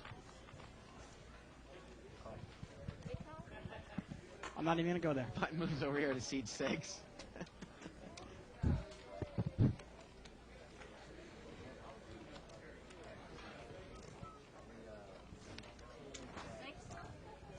Lived around 6 ways here. Interesting email here from Sam, and I want to get to it in a second because he brings up some interesting questions. 10-7-5 rainbow out there, and Irwin has flopped a set of 5s. And Owen's going to lead out here with ace-10. Is he going to lose a lot of money? I bet. See, you raise right away here. And he is going to Okay, raise good. right away. Now, you don't have to raise that much. Remember, it's not really a connected board. But And I have a feeling that Irwin's going to double through here through Owen. And I like the way he's building up a pot. Remember, you don't have to raise it that much. Now, you got to start planning out your strategy here. Now, Irwin's got about $400 left. How am I going to get all the money in the pot? And that's what you really want to do. Turns to 7. That's a great card. What you hope right now is that Owen doesn't. Yeah, that he doesn't Pete need to doesn't bet come. that much. And how much is he betting? Wow, he moves all in, and Owen gets away from it. Yeah, and that's a real bad overplay by Irwin there. Yeah.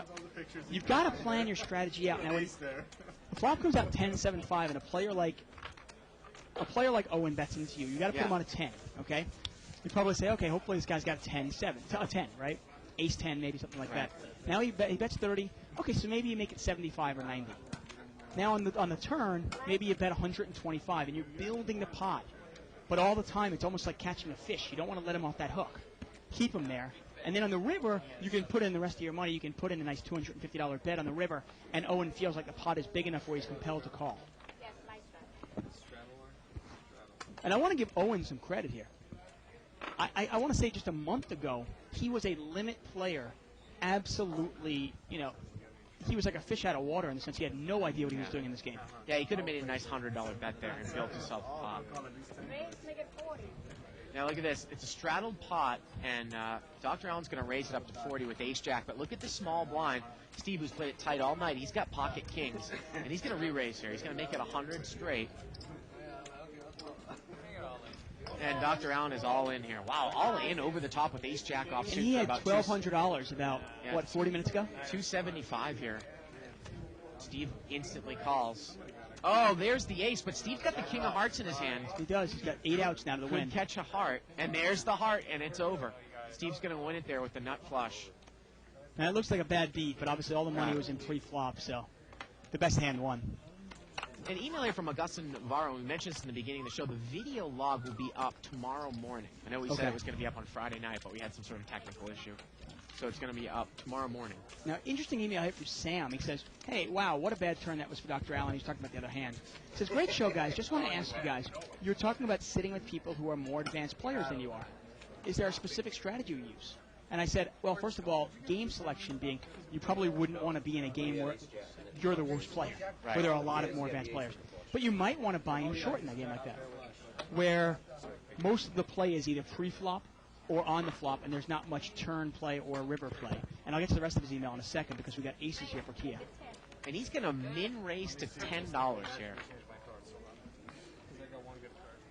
And you love players like this, don't you? You just love them. You can call on the button with hands as weak as 4-5, 5-3, hit 2 pair and break them. And look at this. All this does is just invite a million players in. There we go. Yeah. You're hallucinating now. And we're going to see the 6 ways. Wow. Jack 8-3 here with a couple spades. Now, is Oren going to get involved with this? He's got Jack 10. He's got top pair. Not much of a kicker. He is going to bet 30. I mean, to raise to $10 here with aces is just. You're asking to get correct.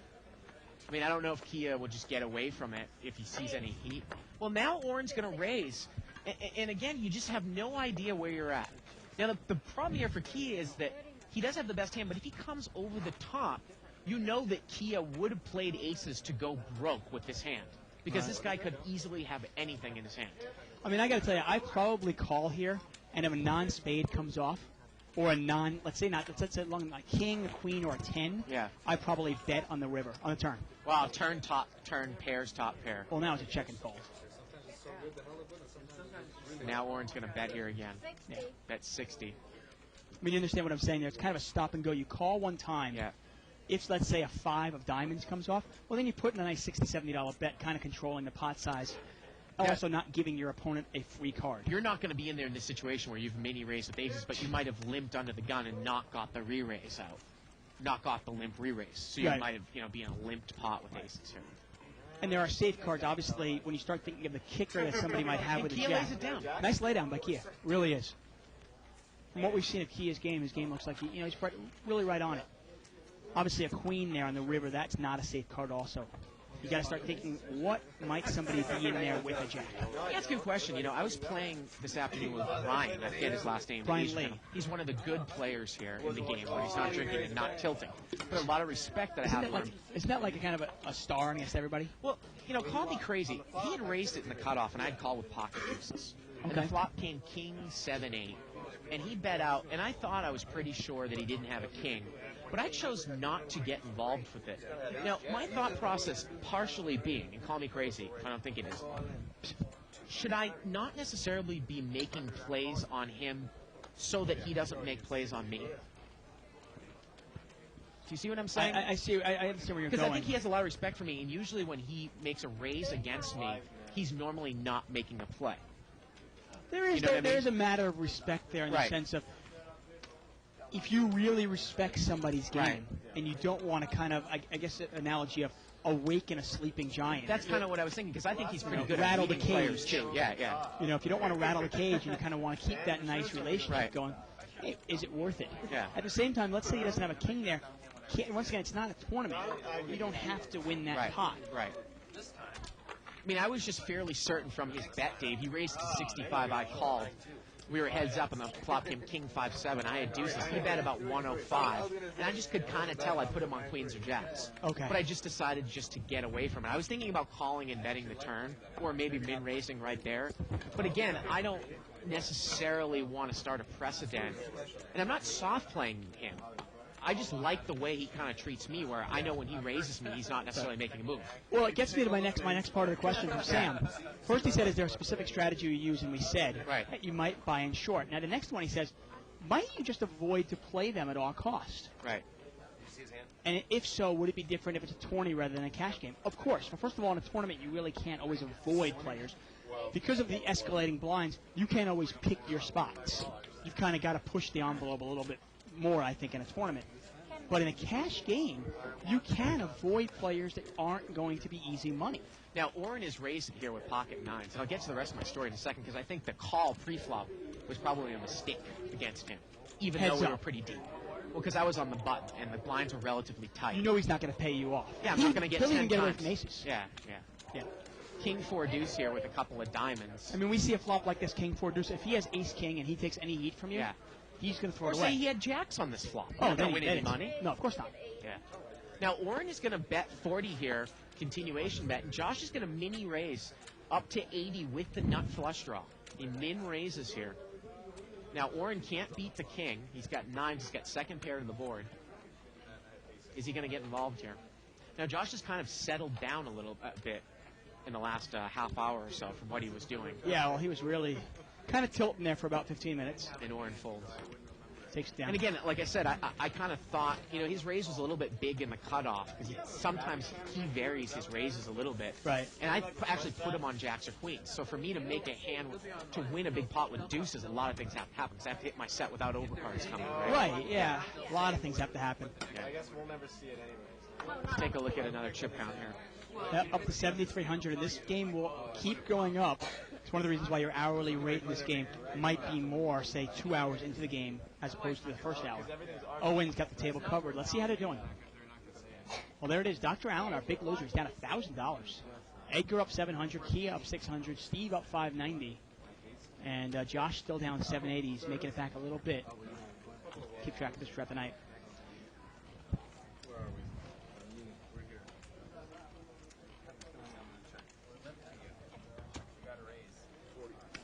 Now, I'll say, there are a lot of times if I'm playing in a game, and let's say I'm in a game with a players like Mo, a player like Hav, a player like Brian Lee, somebody like that. And then there are also players in the game, say, Jesus. And we had a raise here from seat 4. Bill took it down with ace-king pre-flop. And let's say there's players like Jesus and players like Carlos and players like that's Alan.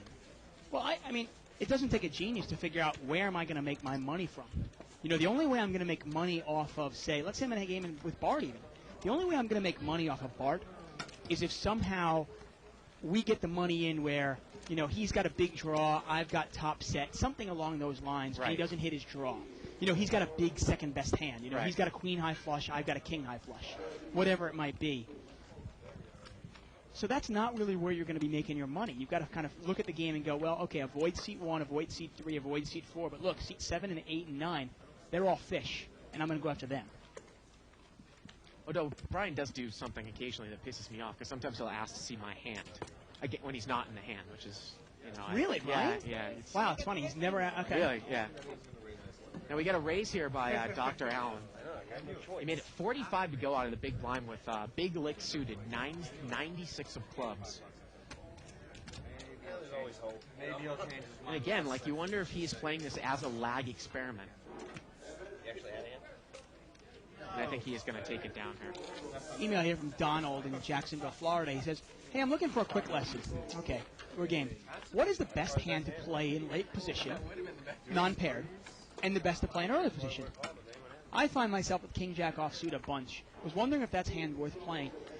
You know, we talk about King-Jack all the time, and I think I speak for Bart here, where King-Jack is an easily dominated hand.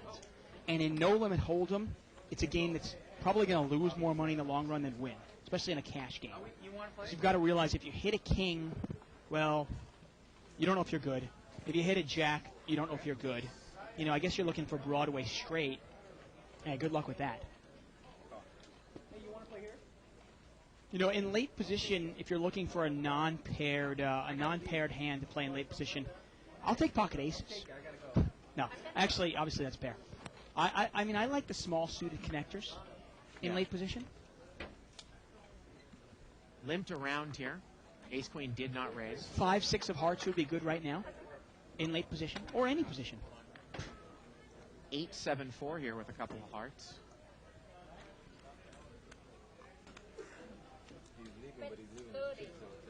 And Dr. Allen is going to bet 30 here with bottom pair. He actually is kind of playing this like Mike. And Owen is going to kind of make that limit mistake here and call with ace-queen. Well, you wonder if it's like, you know, monkey see, monkey do. You know, he's watching Mike and he's watching how successful Mike's been, and he's saying, you know, maybe I'll try it. Kind of like the Shooter McGavin thing in Happy Gilmore. Hey, I'm losing.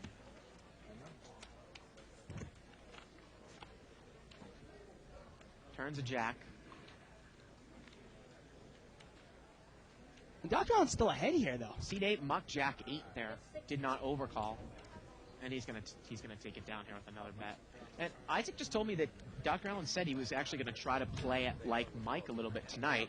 And then I just heard him saying that he doesn't really like to play in small games because he tends to play a little bit looser, which is so great when we talk about that article written by Helmuth about Phil Ivey regarding that kind of 400, 800 airplane forehand game that they did playing back from Europe to Vegas. Right. And about how Ivey plays at the same no matter what level he's at. And that's after he won a bunch of money in the Monte Carlo Millions. Right, he wins $1 million and he can play 400, 800 like it's his what he needs for dinner that night. Right. Amazing.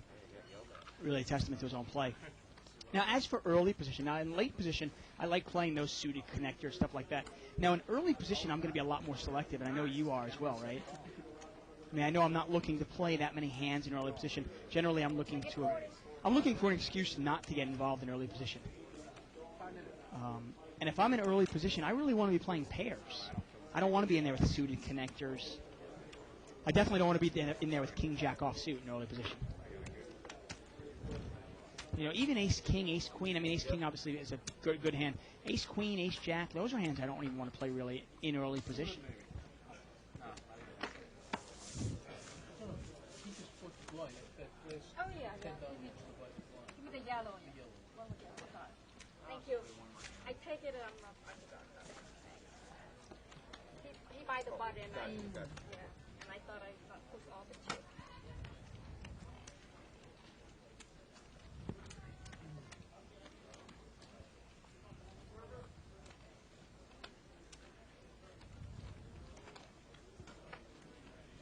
And the button's going to move over here to seat 5.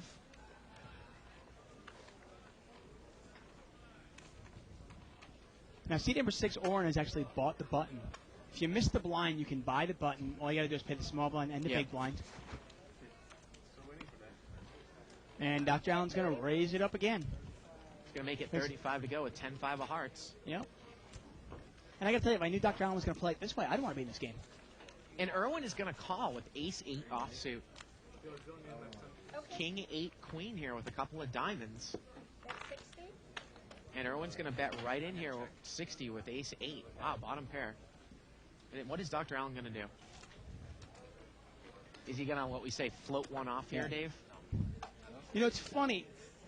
You wonder now, you look at Dr. Allen, he's playing, I guess he's playing that laggy Corporation Mike style. And I don't know if it works in this game when you're not that deep. Yeah. Because people just aren't that intimidated because they go, well, I can only lose $400 or $500. No. You It's know, a lot more. He buy the I was going to say, it's more intimidating, it seems like, in the bigger game where you can throw $600 in there. You know, But Mike, on Friday night when the 10-20 game broke, Mike came over and played in the 5-10 game. It was around Right. 3 in the morning. And I caught myself calling one of his cutoff raises with King-8 suited, Dave. And he does it to the best of us sometimes. Yeah. You know what I mean? It's just, you're thinking like, well, this is probably the best hand right now. But at the same time, and you called him out of position? no, I called him on the button. On the button? Okay, that's different. But still, I mean, it's just, You know he's going to follow through the bet. yeah, yeah. Well, once in a while, what you've got to do against Corporation Mike is, you've got to raise him with nothing. Right. Yeah. Which is why Or sometimes you can he even has smooth call him one time. Which is why sometimes he has a tendency to call down so much, because I think he thinks that people are doing that to him. Trying to take a Right. stand. Well, people are, obviously, they always assume he has nothing. So they could be making a move with almost nothing.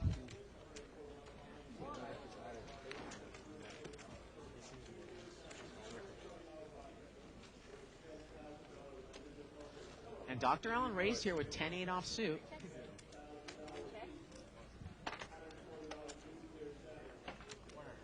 That one. Dr. Allen's going to continuation bet to 100 here. And Oren's going to call. Yeah, You see, Oren's gonna it's- call.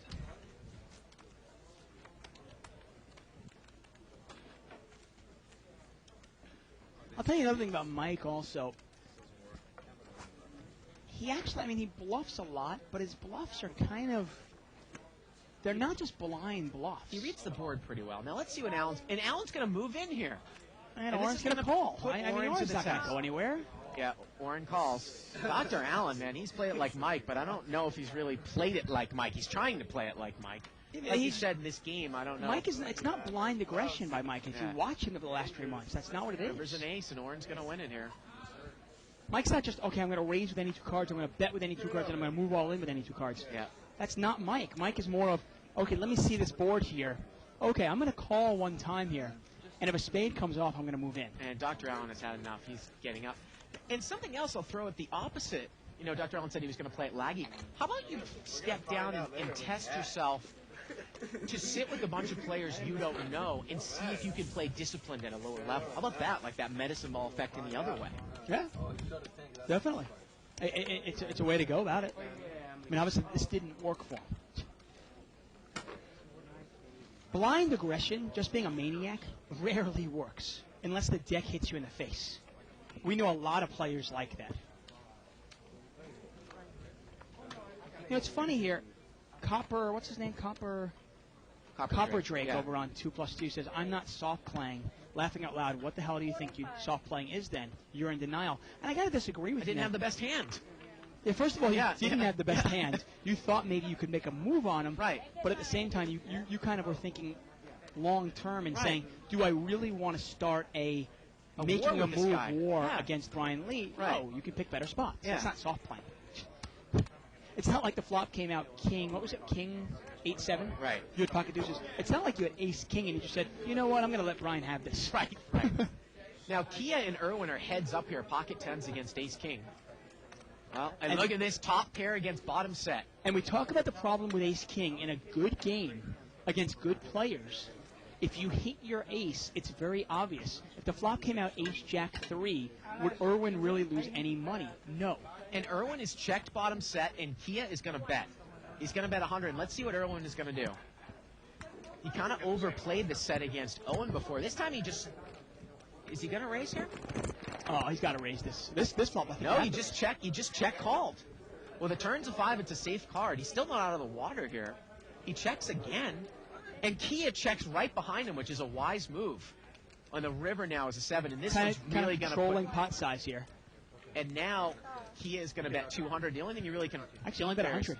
No, oh yeah, 100. The only Just thing you really 100. can beat there is Ace Queen. Yeah.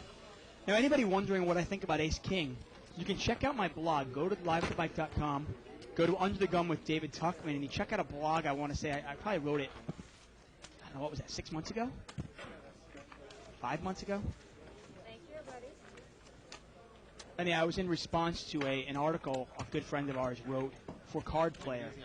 Asked me to kind of respond to it, and I figured, okay, I'll write. I wrote him a little note, and then I put it on my blog. But I always talk about Ace King, where Ace King has value against a bad player who overvalues Ace Queen and Ace Jack. But you've got to realize against a good player, you're not going to make much money. Unless, you know. Right. I mean, I'm trying to think of a circumstance where I'm going to lose a lot of money to an Ace King. I just don't know many. That's why sometimes you actually don't call. You know, Brian Lee makes a raise. You actually might not call a tough player with Ace King offsuit out of position to him. No, if I'm in the big blind, Yeah. there's a big bet, and Yeah. everybody else is folded. Yeah. Ace King out of position. Okay, so I hit my ace or I hit my king. Right. And then I guess I could check it. He's going to put continuation bet, and I could check raise and then take it down.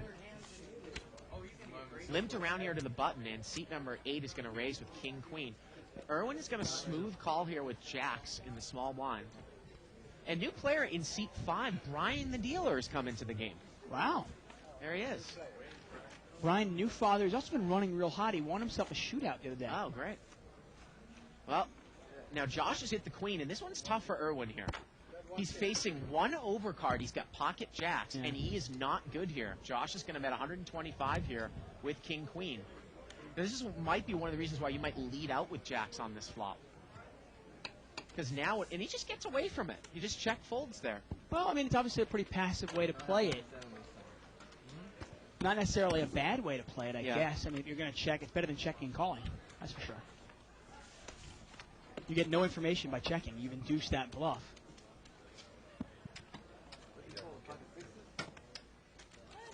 And that's a pretty scary thought. I just heard a note that Dr. Allen is going to watch the rest of the show on his laptop while he's driving home. Wow. Is that exactly legal? Little wireless connection going on? Man, move to California. Everybody can drive here. Pocket queens this time now for Irwin in seat 1.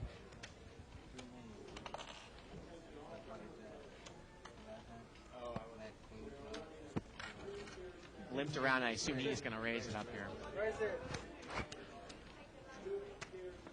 There's actually a big argument, not an argument, but Davis Glansky, you know, on 2+2, obviously, always puts forward those questions.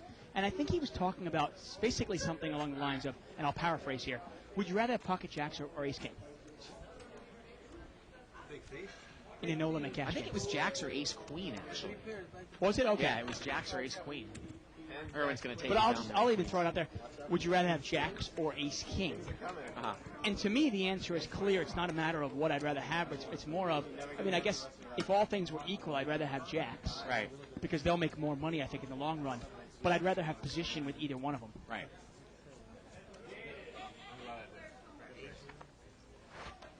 And definitely against a good player, I would rather have jacks. Oh, of course. Yeah. I mean, I'm trying. Somebody email us. Email us at live@thebike.com.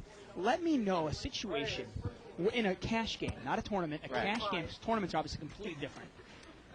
Cash game where a very good player is going to lose a lot of money against an ace king. And I'm not talking about a draw. Obviously, hey, the flop comes out ace 4-5 with 2 hearts, and I have 6-7 of hearts. Right. I might lose a lot of money to ace king because I'm going to really push. Button raises here with ace jack offsuit. Edgar is going to call with queen 10 of hearts. And we are heads up. Ace king against, say, a set of queens on a queen jack 10 board. That might be one combination as well.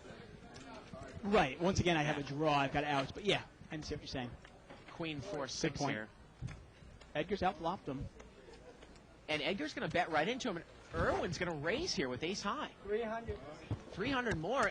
And Edgar doesn't buy it. He immediately calls with Queen 10. Wow. Well, now, if you're paying attention earlier, Dr. Allen tried to 300 bluff more. Edgar out before, and Edgar didn't buy it before with the ace-8.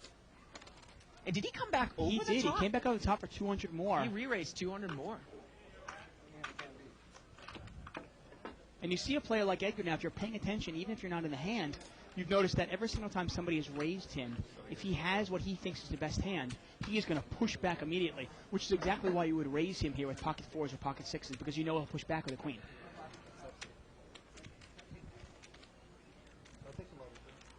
It's interesting that Irwin check folds the jacks, and now he's dry bluffed here in position with ace-jack here. Yeah, he tried to make a move. It didn't work. Okay, throw it away. Hey, nothing wrong with trying to make a move once in a while, right?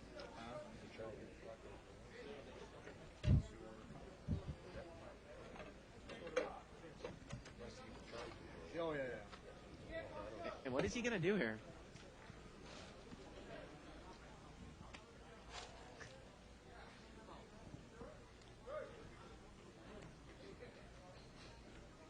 Still don't really know what he's thinking about here. I mean, is he trying to represent an overpair here? A bet, a raise, and Edgar has come back over the top with Queen 10, and I think. And if Irwin were to move all in here, would Edgar stay in there? He's going to I don't find know. it eventually. Yeah, Just we'll find show out him. eventually. Just show it. Queen? That's it? Again, you can follow a live thread on 2plus2. Go to 2plus2.com. Click on forums, World Poker Tour, etc. Official Live at the Bike thread for June 5th. Button's going to move over here to seat 2. You can also email us at liveatthebike.com. We have a little over an hour left. Probably going to be doing this game again tomorrow, Dave. Another big hand for Irwin here. He's got pocket 10s this time. Oh, really? I was hoping we had a 500 game tomorrow. Oh, maybe we could. I'd like to for the 500 game on, because obviously Wednesday's our big game, Friday's another big game, Thursday will be a smaller game. Again, we just, it's Mo who's responsible for that game, and it's, sometimes can get sticky. Irwin raises with pocket 10s. And Bill's going to call out of position with a hand that's easily dominated. And he's short stacked, and what a flop here for Bill. Wow. Yeah, that is a big flop now. Funny, Irwin's actually open-ended, so the queen is no good if Bill catches a queen. If I'm Bill, I just bet all in here, try to add a little bit of fold equity, and Irwin calls. You can see it's almost a coin flip here. Bill needs one of Irwin's 10s, or a spade, or he's got overcards. He can catch a king. The queen is no good, though. Oh, that's right. Turn is a 4. Queen would give Irwin a higher straight. And the river's a deuce, and Bill misses everything. Yep.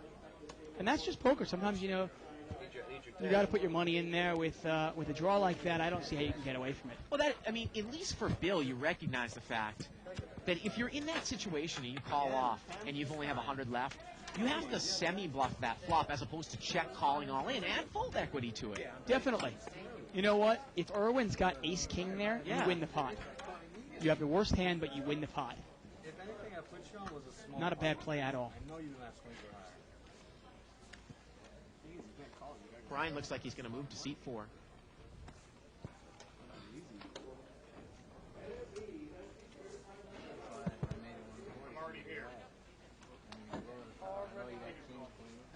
And he's limping around here. Action is on seat number 3, Edgar.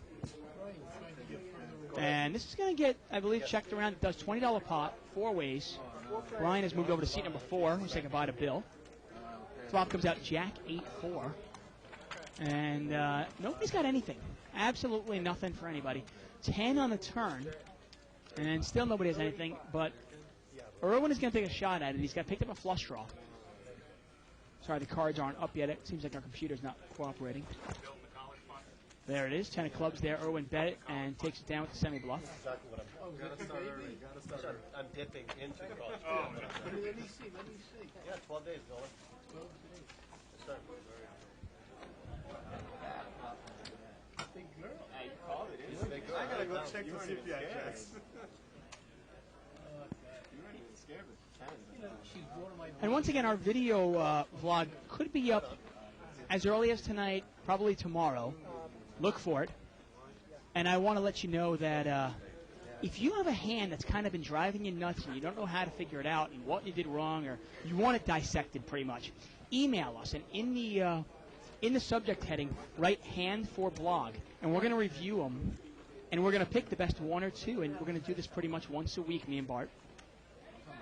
Now, Brian has raised it up with kings, and Owen is going to call. He's dominant. He's got king 10. And this will probably go check fold because the flop comes out 7-7-4, a couple of diamonds. Sure enough, Brian throws out a $25 bet, and that'll be enough to take it down.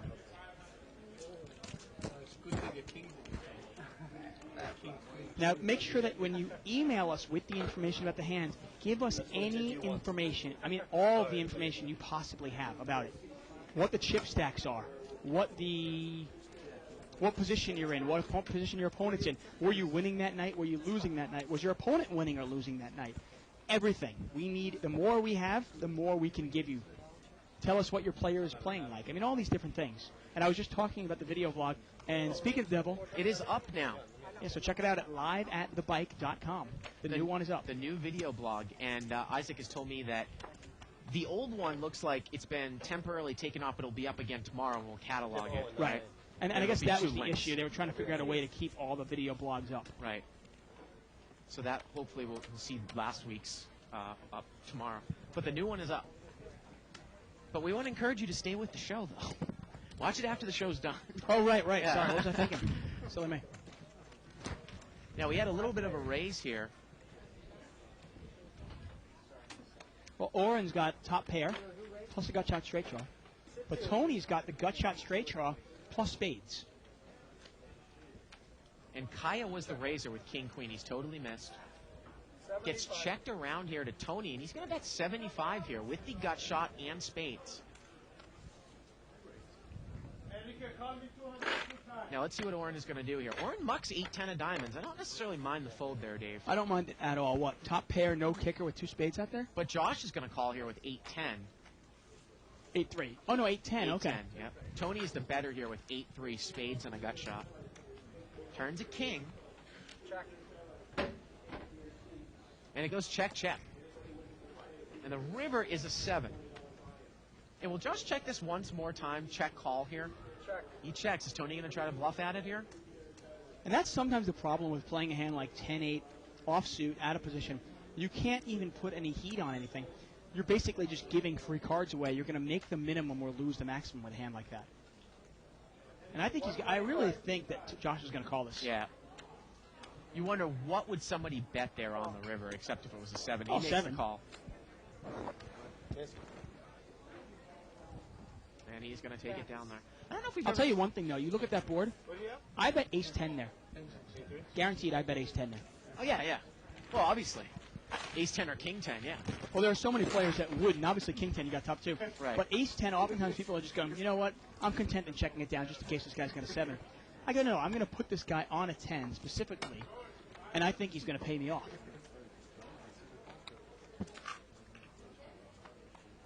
Once again, we're live at the bike. I'm David Tuckman here with Bart Hanson. You're watching No Limit Hold'em. Blinds are 5 and 5. Now, this is a restricted buy-in game. You can buy in anywhere from $300 to $500. Cocktail? Obviously, we have a lot more money than that on the table. This game gets really deep as it goes along. Brian's got aces and Josh has got queens. Look at this. Wow. And Brian just limped in here. Brian limped in, Dave, one off the cutoff with aces. And seat 5 is going to raise with pocket 3s. And Brian's slow playing this. This is amazing. Because Josh is now going to re-raise. And let's see what Brian's going to do. Would now you for ever smooth Brian, call this? He actually could call here. Would He you ever actually smooth could call? call. Yeah. I mean, it's a big raise. What, it's 115 there with the queens. He could really call. I think if you re-raise, you might actually let the guy a little bit off the hook. Although in this game, we've Yeah. seen it time and time again. Somebody calls anyway. I don't think Josh is going to get away from queens anyway. You know, and you got to feel good for Brian, though. This is Josh's money going straight to... And Brian's going to move all in. He pulled the limp one off the cutoff. The guy in the blind raised, and Brian moves all in. Now you think of it, you're like, did this guy limp with a big pocket pair in late position? Yeah, it really is odd play by Brian. Once in a while, we miss some of the intricacies of the game. Right. He might have seen that seat number 5 had chips in his hand. Right. Sometimes you can pick up on those things. And if you look over to the left, you can see that the player is going to raise. You can limp in knowing that. Right. Hopefully getting 6 or 7 callers, and then you can bump it up.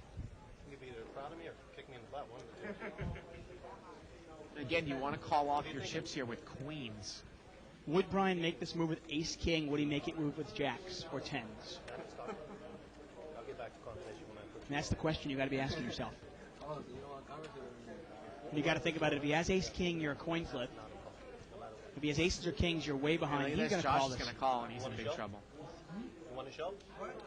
Huh? Brian's a 4-1 favorite. Again, if you're deeper stacked and you played it that way, I think if you're in Brian's spot, you just smooth call with aces. You might, especially if you're in position. Josh has got to fire right into you when the flop comes out. Now, in this case, if a king were to come out, it might have actually saved Josh. It's about an $800 pot here. 10-6-5. Slow down, dealer. Turn is a 10. Interesting how I can just say that, make it happen like a video game. Here we go to the river. The river is an 8. That's right. Prolong Josh's agony. Yeah. Just twisting, you know what I mean? And Brian doubles up there. I think the dealers do a great job here at Live on the Bike. I just sometimes wonder. I mean, that guy, he's been doing it for so long. I don't know this gentleman's name in C5. I mean, the dealer. Wang Tang? Wang Tang. He gets a little excited sometimes. Yeah. Obviously forgetting that it's for TV. Right. Now, we'll never be like the World Series of Poker where they just, I mean, and the World Poker Tour, where the dealer's like, Right. okay, now. Well, and it's remember, like, come on. I did the ladies event here last year and the Battle of Champions Season 2, and they were pacing me. I actually had an earbud with the creator of the WPT and the director. Lipscomb was telling me when, say, Bart, okay, now we'll see the turn. It was literally 5 seconds. Lipscomb was telling my ear, now we'll see the river. Pause, pause, pause. Yeah. You know. Killer. Well, you want that tension. You want that. Now, Brian here is going to raise it up with ace-jack. And it looks like Tony just called with kings here, Dave. Just a smooth call, trying to play a little bit of a trap. Flop comes out jack high. Is Brian going to get himself in trouble? Let's see. 170. Here we go to the flop. I check one. Now, Brian is checked blind here. And Tony's going to bet. I think Brian was trying to convince Tony to see if they could check it down the whole way. $70 bet here. And that flop is completely missed Brian. There's 2 spades out there. Well, checking blind as the pre-flop raiser kind of disables your opportunity to continuation bet. I mean, you're really inducing a bluff almost. Well, you know, Ronnie said it best. I was watching the episode that I played in about a month ago. And Ronnie says it best. You don't get any information from a check. Right. You get nothing. Rarely do I want to actually give credit to Ronnie McMillan ever. But I'm forced to in this case. 10 kind. Brian folds. River. Oh, man. Again, you can email us at live@thebike.com. Well, the other thing, though, too, is, I mean, Brian also has far from the no pair hand. It's not like he has ace-king. I mean, he's got ace-jack. Ace-jack, easy check and fold. I mean, if you're going to play it that way. I don't know, dude. All I need is another 10, 8, spade, jack, 7. I think I'm still ahead. Let's take a look at another chip count here. Yep, almost 8,000 on the table. Now, Orange has the whole table covered. 1,500. See how the money's creeping up slowly here. Let's see how they're doing. And Orange, our big winner, is up $1,000. Edgar up $850. Now, Josh and Tony are our losers. And the other loser actually is off the table, which is why it seems like there are more ups than downs. Now, it's interesting, a follow-up email by Gregory Raviello, and this is a different case. He said he'd rather have ace-king versus jacks if he was playing short-stack poker, Dave, and I tend to agree with him there. Yeah, definitely. That's definitely a way to play it. Let's say you were to limp in with ace-king, you get a couple of raises out back, now you move all in. Right.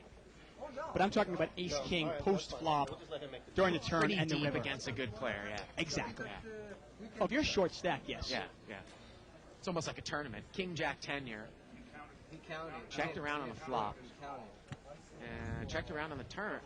The river's a queen. Erwin didn't put any money in there with king rag, and now it's a one-liner to a straight, and Brian has made the nuts here. And he checked it on the river. Wow. Well, I got to tell you, I'm surprised he checked that. I really am. Why check it? I understand this theory of, well, nobody's going to call me, but I want to give somebody the opportunity to call me with the nuts. Yeah, ace-king, you got to understand the one thing that's great about ace-king, which is why ace-king is a lot more valuable in a tournament. tournaments tend to be more pre-flop, where it's one guy raises, another guy calls, I'm all in with ace-king. Plays like that.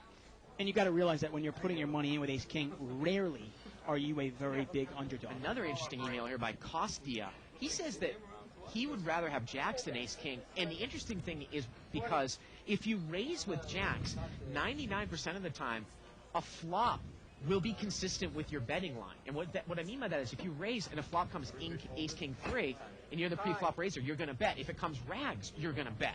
If you raise with ace-king and you're rags, you might not bet multi-way.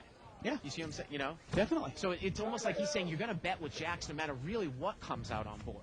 Yeah, I mean, obviously, if you raise with jacks and you get called in 4 or 5 spots by some tough players, Right. flop comes out like ace, queen, blank, you might just check and fold. But Now, Tony raised it with kings here.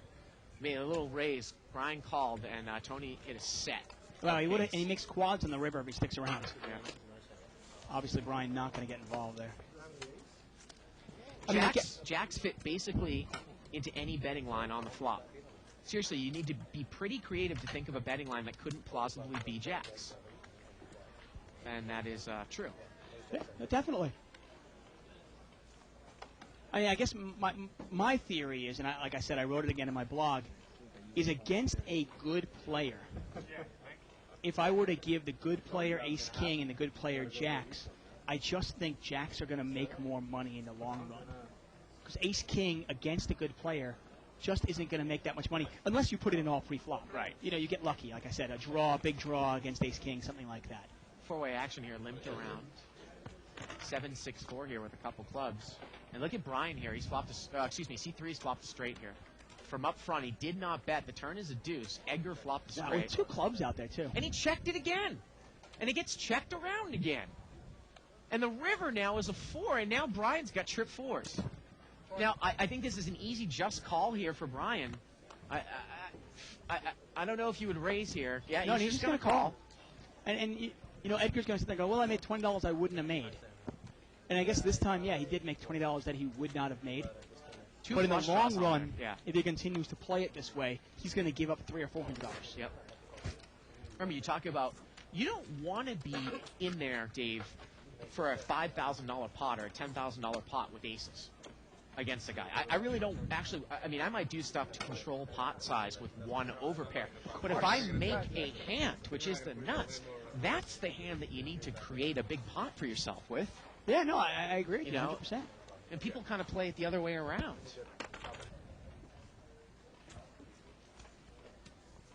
Email here from Billy Boy says, I think he's talking about Dr. Allen, yeah, right? Dr. Allen, do you have to really blow $1,500 to conduct a loose aggressive test? Why not play your A game at all times and walk away when not up to that standard? It's understood that gears must be shifted at times, especially in a regular cash game, i.e. knowing the players. Yet going off the hook like Dr. Allen is that productive. Did he learn anything? Like, don't you play like that?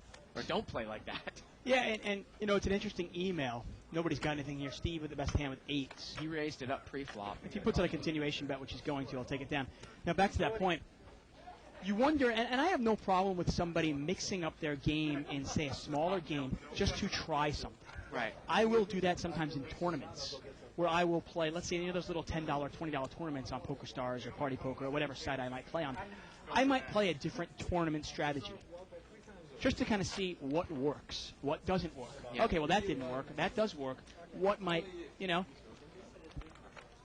And I guess in the same sense, you know, if you want to mix up your style a little bit and kind of try new things, I don't see anything wrong with that.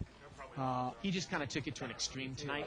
Yeah, and hopefully for him, he'll realize very quickly that style did not work. Playing like a maniac, it only works if the deck hits you in the face. I mean, that's it. And then any style really works. Buttons moved over here to seat 4. Seat 2 here, that's Kia. He's going to raise it up to 25 with ace, queen of hearts. Seat number 5 is going to call with a king 7 offsuit here in the blind, and Owen is going to come in with a dominated ace 10. Brian is out of the hand with ace 7, so we've got king 7, ace queen, and ace 10, and the flop comes 5-3-3 here. It's missed everybody. And Tony is going to come out and lead here on rags, and that might get it done. Guess that's one way to play King 7 offsuit. 35. That's 35 here. Kia's got overcards. He's got backdoor hearts. He's asking how much Tony has left. 225. 250. Right now. And what is he going to do? He's going to raise. This is a reason why you would bet out with the 3 here. Try to get a guy to make a move. He's going to raise with absolutely nothing here, and he's going to take it down. Another email here from Kevin Hagen saying, hey, my friend just showed me the show for the first time. Awesome. I also just watched the video blog. Awesome. You've got a new fan for life. Thank you for the email. Again, the video blog is up right now. Check it out. And tomorrow it'll be the video blog from last week will be up there as well. You were not enough. You flopped or not? Yeah.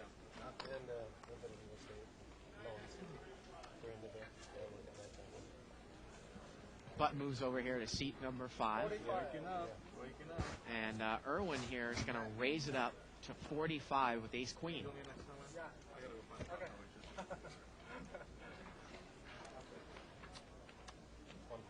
145.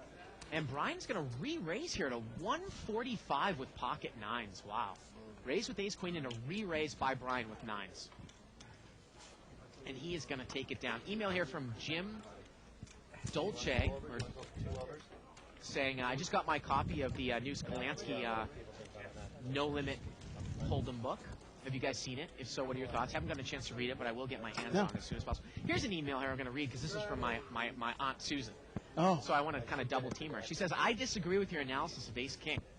I do agree that jacks are better hand against ace-king. However, you can make more money with ace-king if you know the players at the table.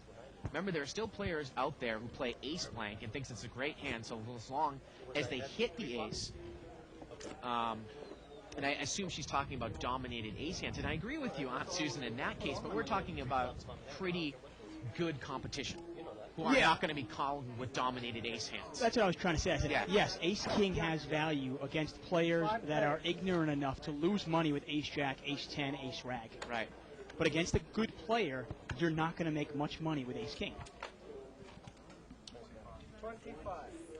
Steve had straddled here. It got limped around. Steve's picked up top here. He's going to lead out here for 25. And Tony is going to call here with bottom pair. Wow. 2 players. Well, Steve's way out in the lead here. Turn is a king. I don't know if that changes much unless the guy's on a king-high spade draw, Dave. Well, he checks, and Tony checks right behind him. The river now is a spade. And is Tony going to represent here? No. Well, Steve has a straight. Steve has made a straight here. Tony bets 50, and Steve is trying to figure out if this guy has a flush. And Tony trying to represent spades, obviously. Spades or maybe a straight here. Yeah, and if he's got the straight, well, obviously you're chopping it up. And at this point, what can you beat? We try to put the guy in a range that what he would call with a flop. Remember, this guy hasn't shown anything down. If he showed down the fact that he called with 6-8, I think Steve would be more likely to call here. Such a small bet here. I think Steve is going to make the call. He does. Tony shows a pair of 8s.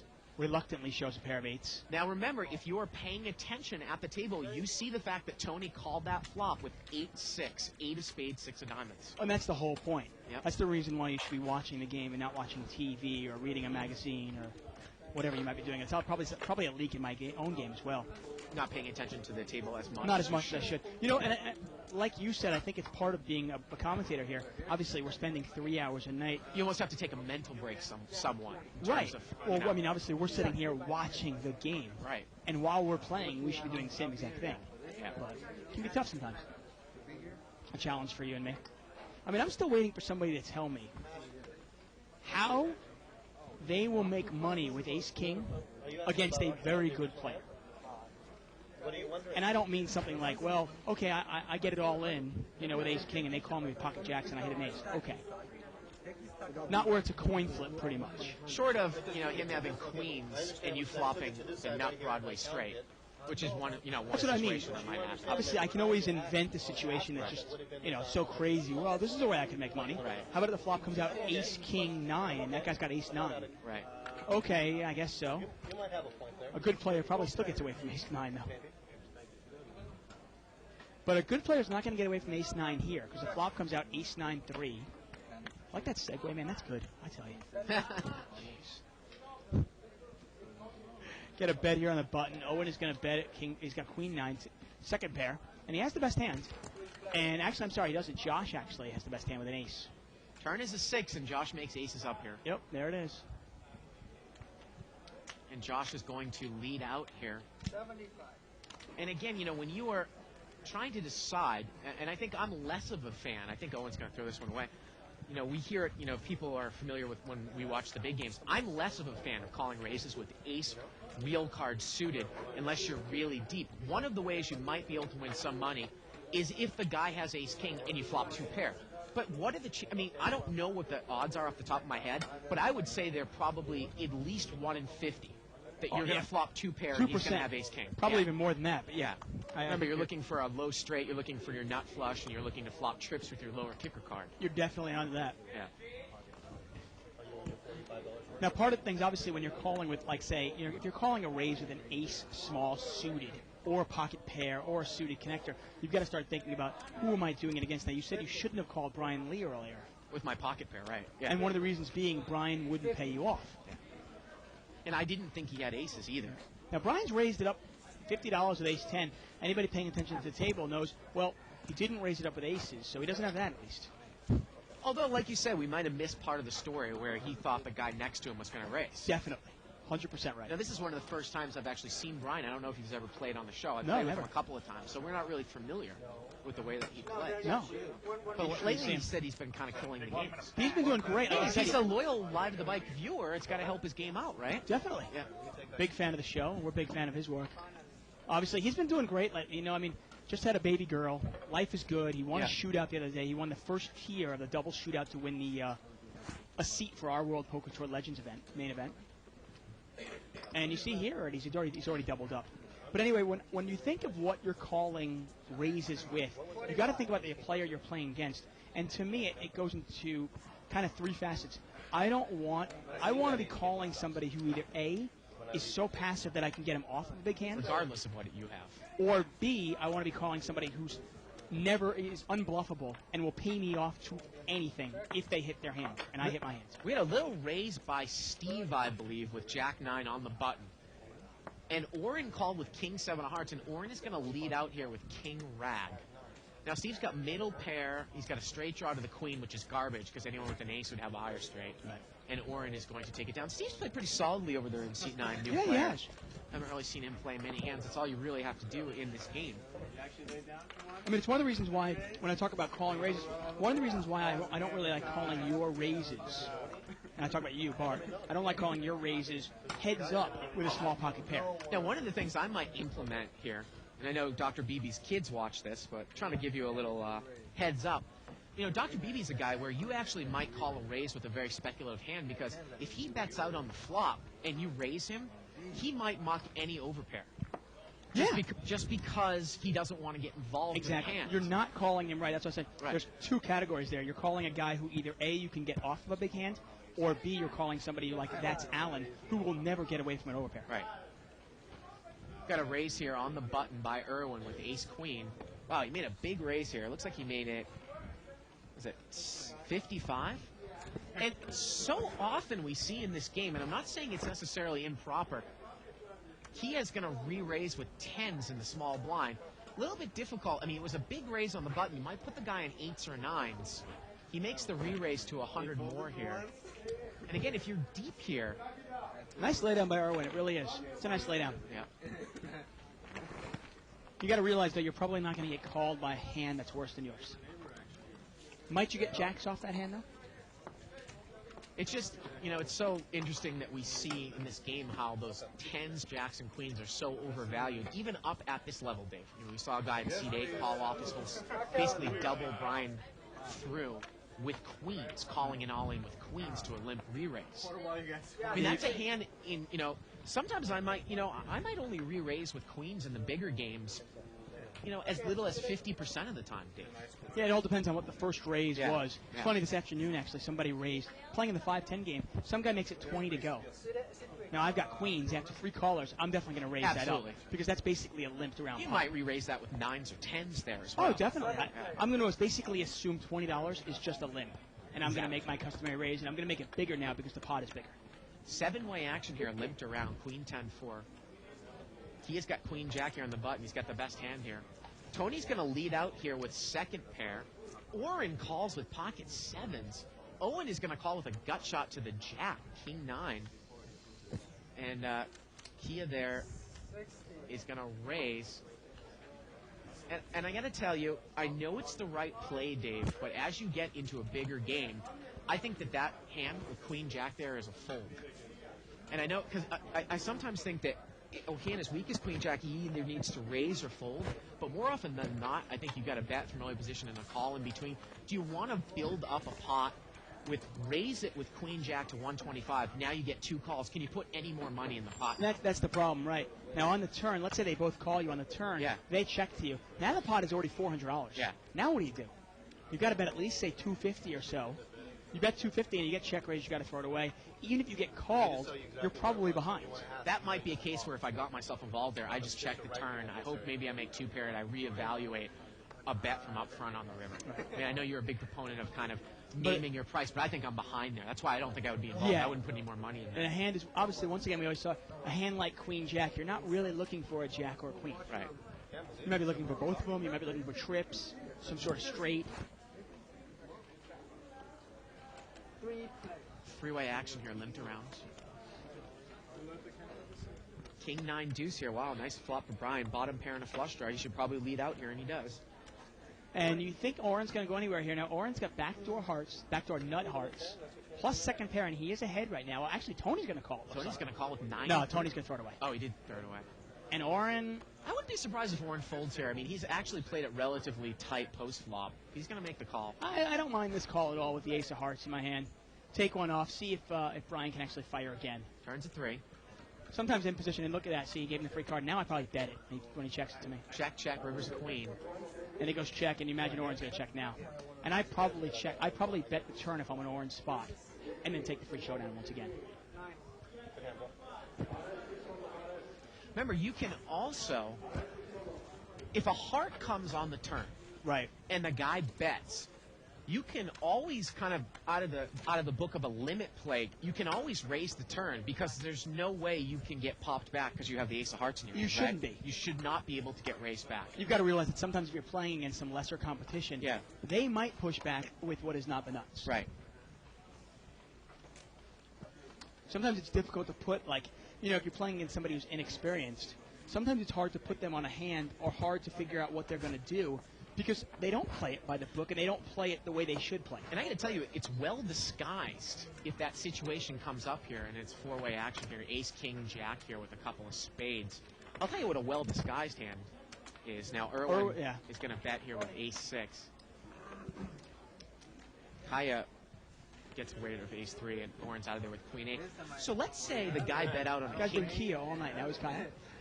Let's say the guy bet out on a king-high flush draw on the turn, or on the flop, and he made it on the turn, and he bets, and you raise him.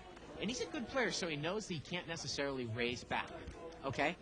Now the river, if you whiff on the river, you intend to check it down, but now the river's a 4th heart. There's a lot of guys that find it very, very difficult to get away from a king-high flush draw, even though there's a 4 flush on board there. Oh, of course. Because you've raised there, they figure, boy, really? I mean, did he raise with a nut flush here? Would he have raised with 2 pair or something like that? I know a lot of guys who will actually push back. See, it's funny you say somebody can't re-raise without the nut spades. And I talked about the hand I had today with you, and you said, "Well, did you push?" And I go, "Yeah." Right. Well, I think that was a little bit of a different situation. Okay.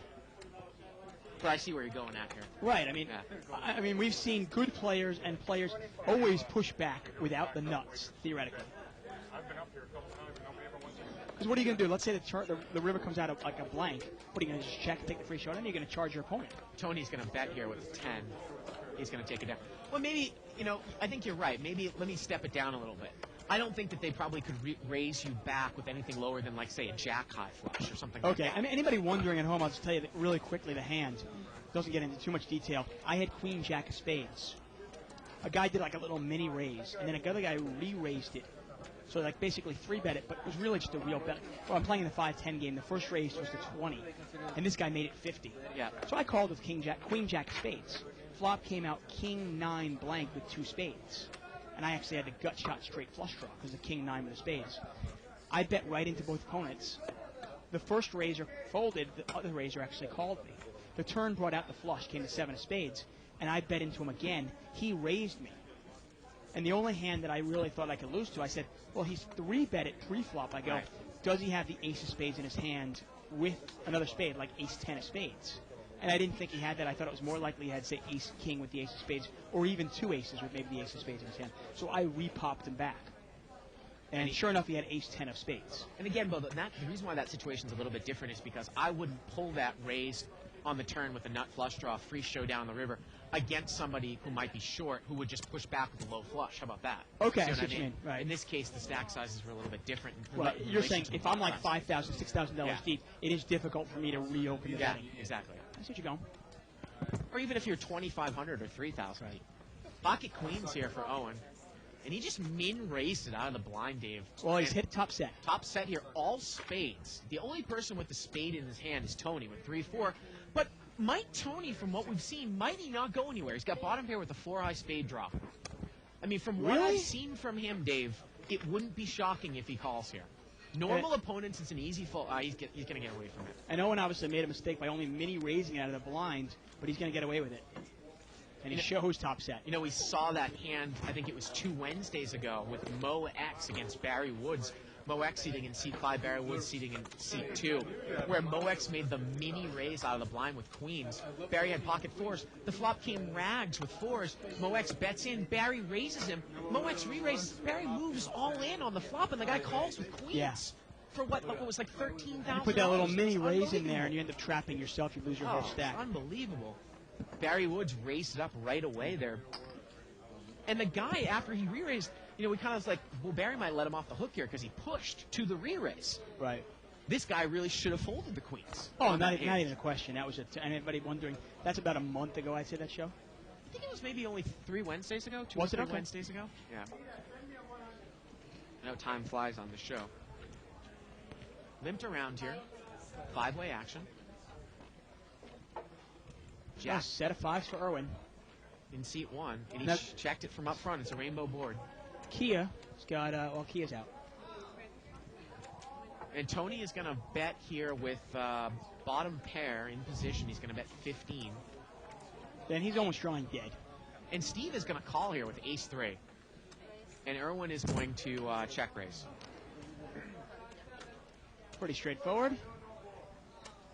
Check raise your big hand. And you imagine this will go fold, right? 60 more here. Now, again, from what I've seen of Tony, it seems like he'll take one off with any part of the flop. I think Irwin would have made more money by leading out on the flop, getting a call here. Whereas now he's check raised, and I think Tony's just going to throw it away. Or again, how about, well, wait a minute, he's going to call. He makes the call here with deuce-3. Well, there aren't many deuces or 3s left in the deck, so he's probably going to be safe. Probably will not catch a card here. Huge reversed implied odds we talk about. And I guess deuce or 3 if you're comes. Irwin here, the board is not scary. You just build the pot. Just keep building the pot. Don't bet too much. Don't scare your opponent out. Yeah, it's an overcard here on the turn. And You again, hope the guys get King Jack. he's going to bet 150 here, and I think Tony's going to get away from it now. Yeah.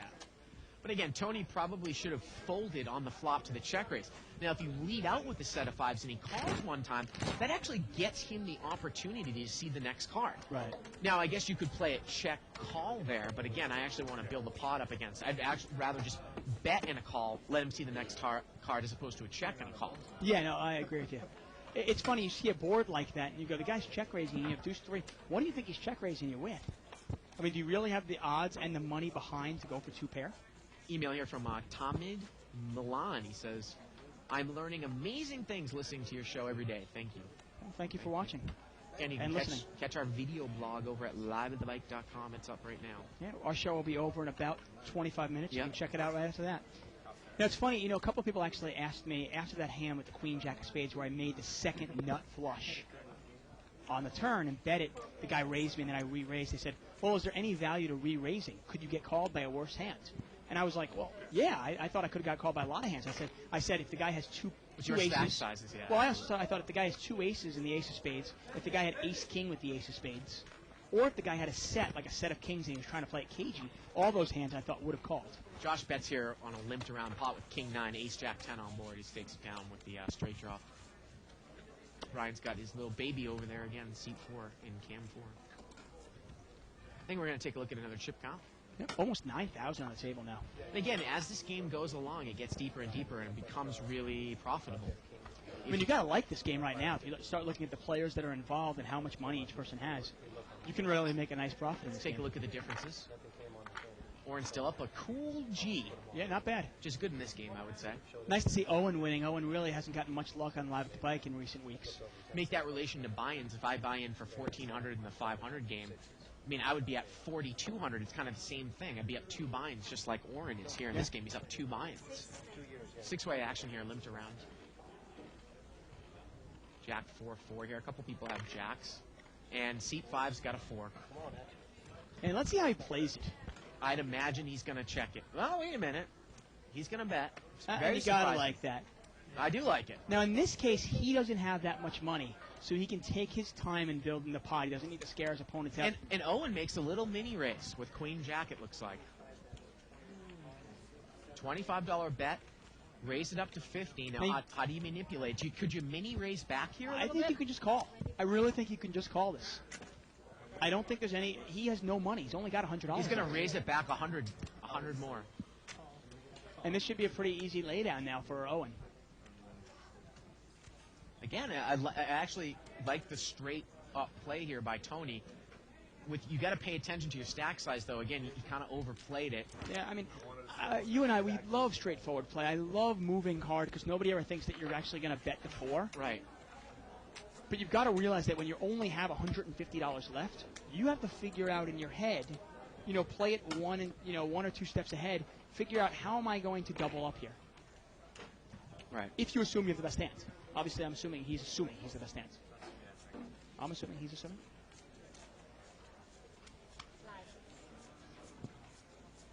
To follow along with that Brian Lee thing I was talking about with deuces against kings, there was another hand where it was a straddle pot, and he raised on the button to 60, and I called the small blind with pocket 10s. A couple other people were in there. Flop was king, king, 6.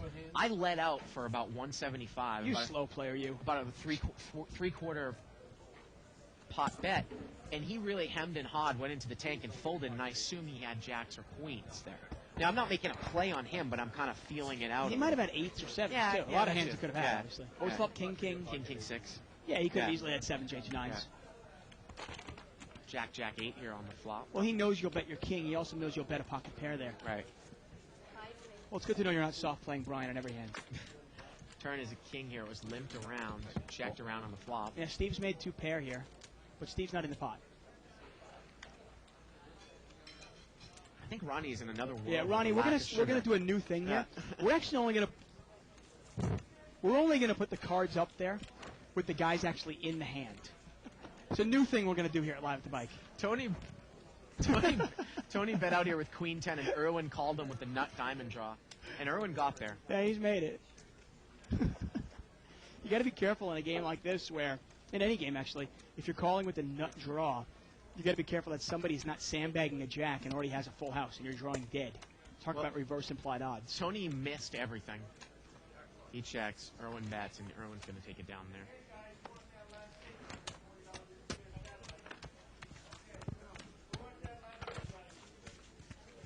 Oh, how sweet. Little note from Brian. Hi, Mommy and Baby Grace.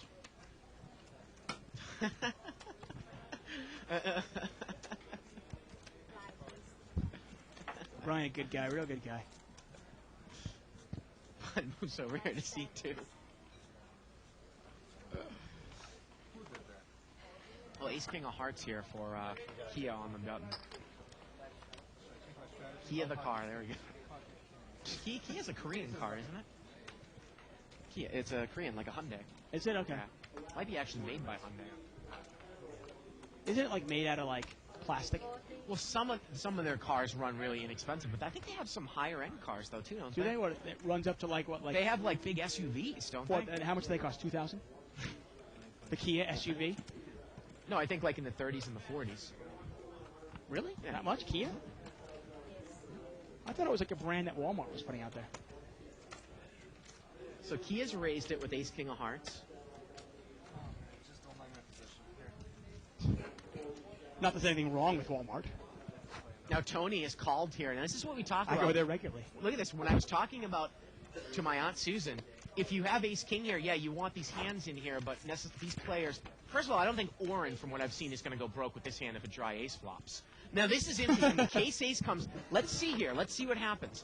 Now Oren is going to throw a bet out here. I assume that Kia is going to raise. I think Oren's going to get out of the hand.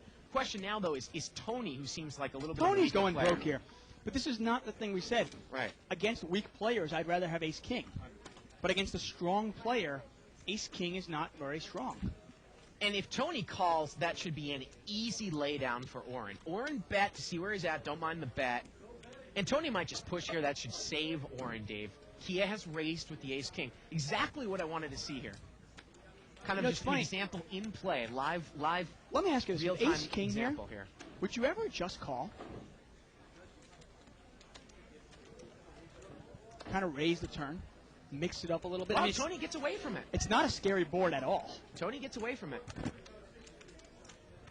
And now this puts Oren to the test. Looks like it's another 85 or so more. And both of them get away from it. Okay, well, what's your aunt's name, Susan? Yeah. Susan, you can put that in your pipe and smoke it. I mean, are you kidding me? This is a game.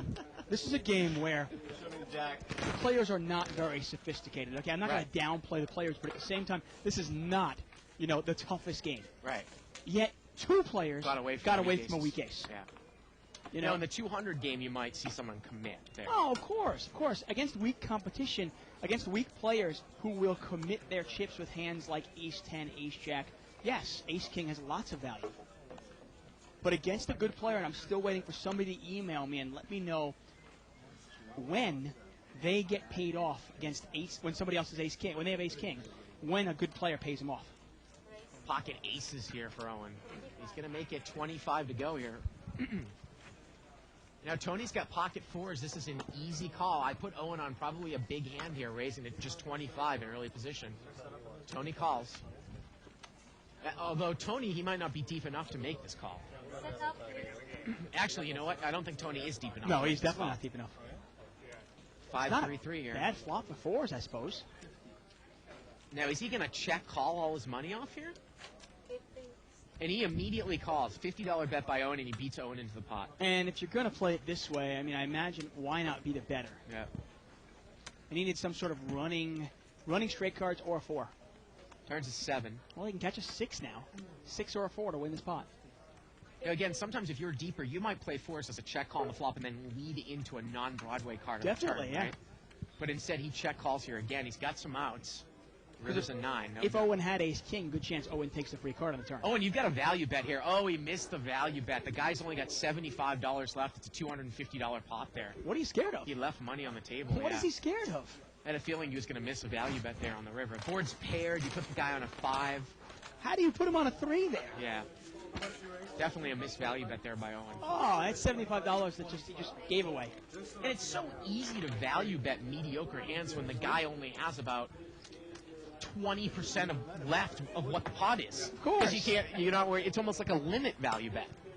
Exactly. Yeah. That's the reason why in limit hold'em value betting the river is so important, and it's why it's the same thing in here when the guy only has $75. Yeah. He can't check raise you 500 more. Especially with He can't put you to the test.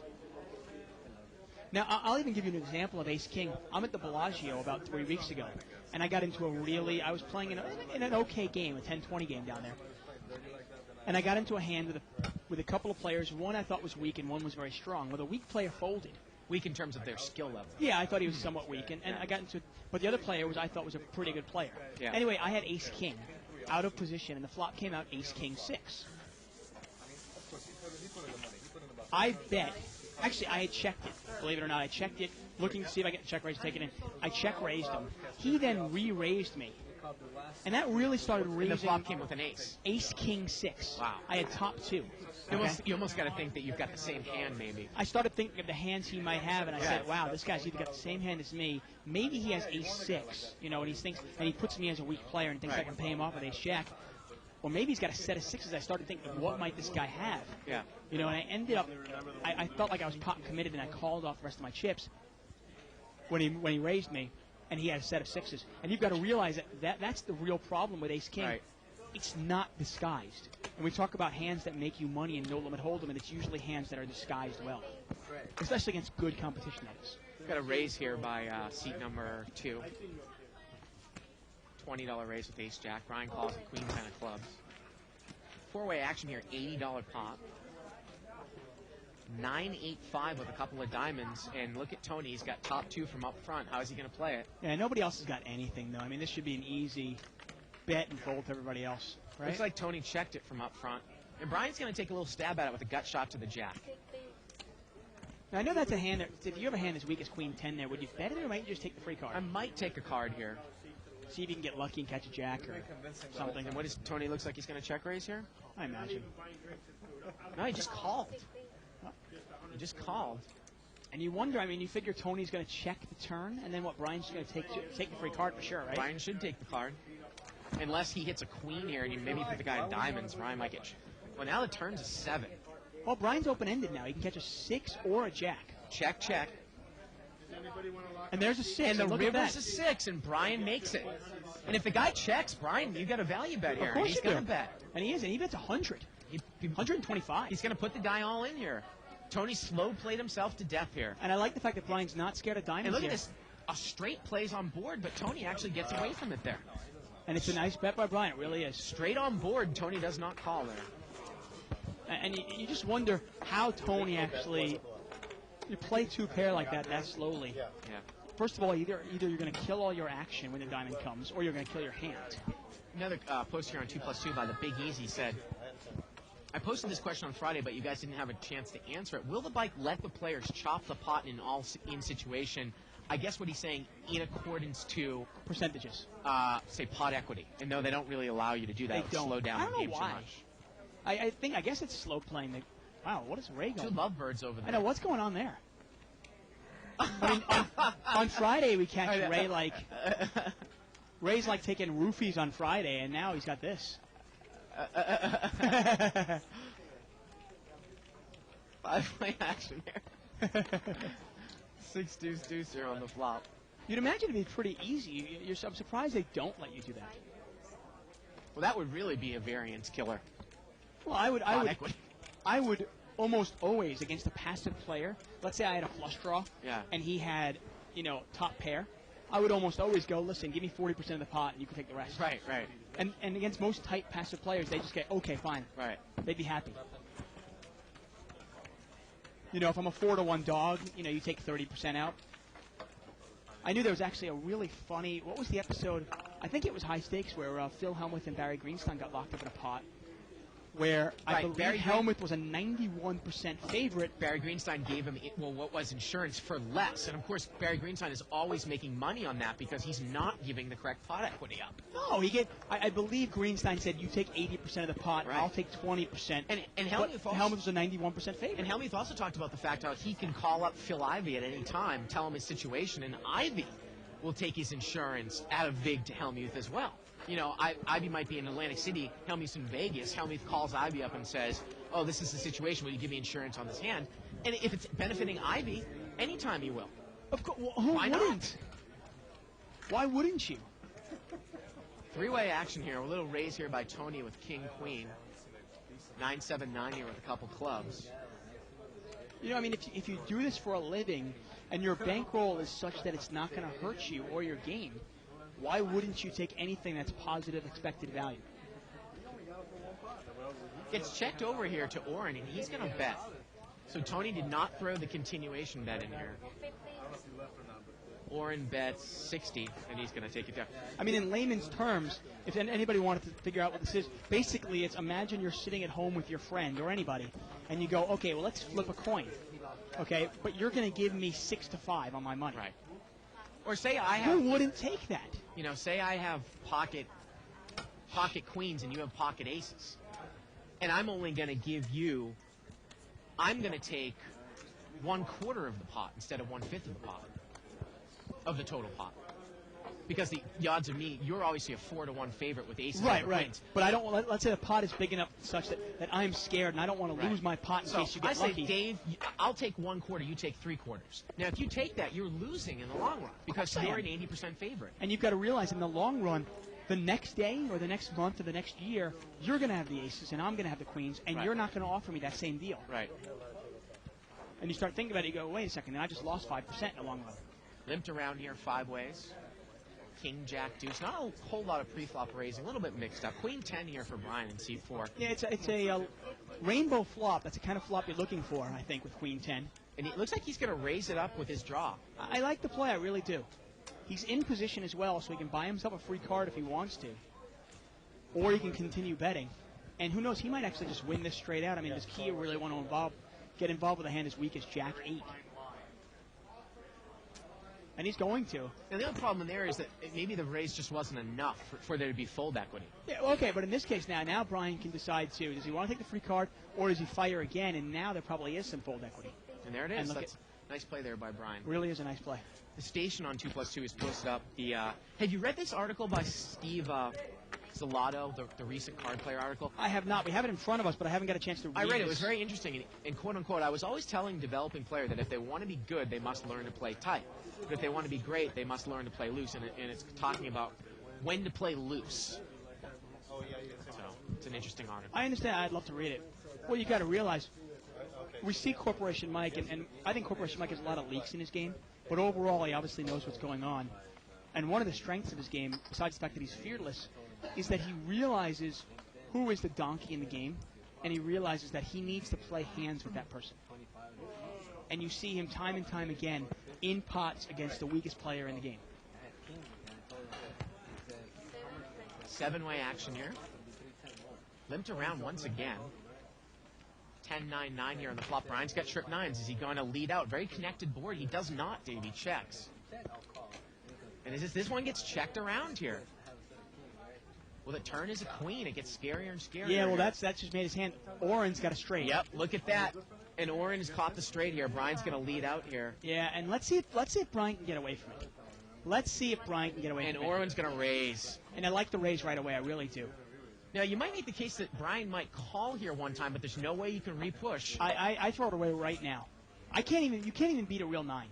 You can't beat Jack 9 right now. And look at that. He's going to get rid of it, Dave. And he even said it. He goes, bad play on my part, and he throws it away. Great laydown by Brian. Yeah. You know, you see a lot of dealers come in, and look at the river was Wow, an 8. the river was an 8. But that's inconsequential. You can't Yeah. look at that and go, you can't judge your play by results. Right. You see a lot of dealers transform themselves into players, and most dealers suck. Yeah. They're just terrible. I mean, they're awful. Brian, he's got the showing. I mean, looks like a pretty good player to lay down trips there Yeah. and admitting that he made the mistake by slow playing it. Obviously, his game is to a level that is, probably superior to most of the guys in this game. Email here from David Gladstone. Didn't I remember Bart saying that his aunt was primarily a limit player? Yes, she is. She plays a lot of 20, 40 at Foxwoods.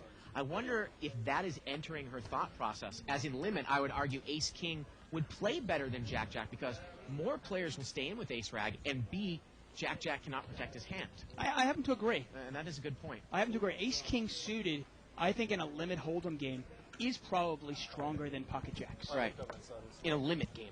Yeah, probably. Yeah. Because players will call you down the whole way with Ace-10, Right. Ace-Jack, Ace-9.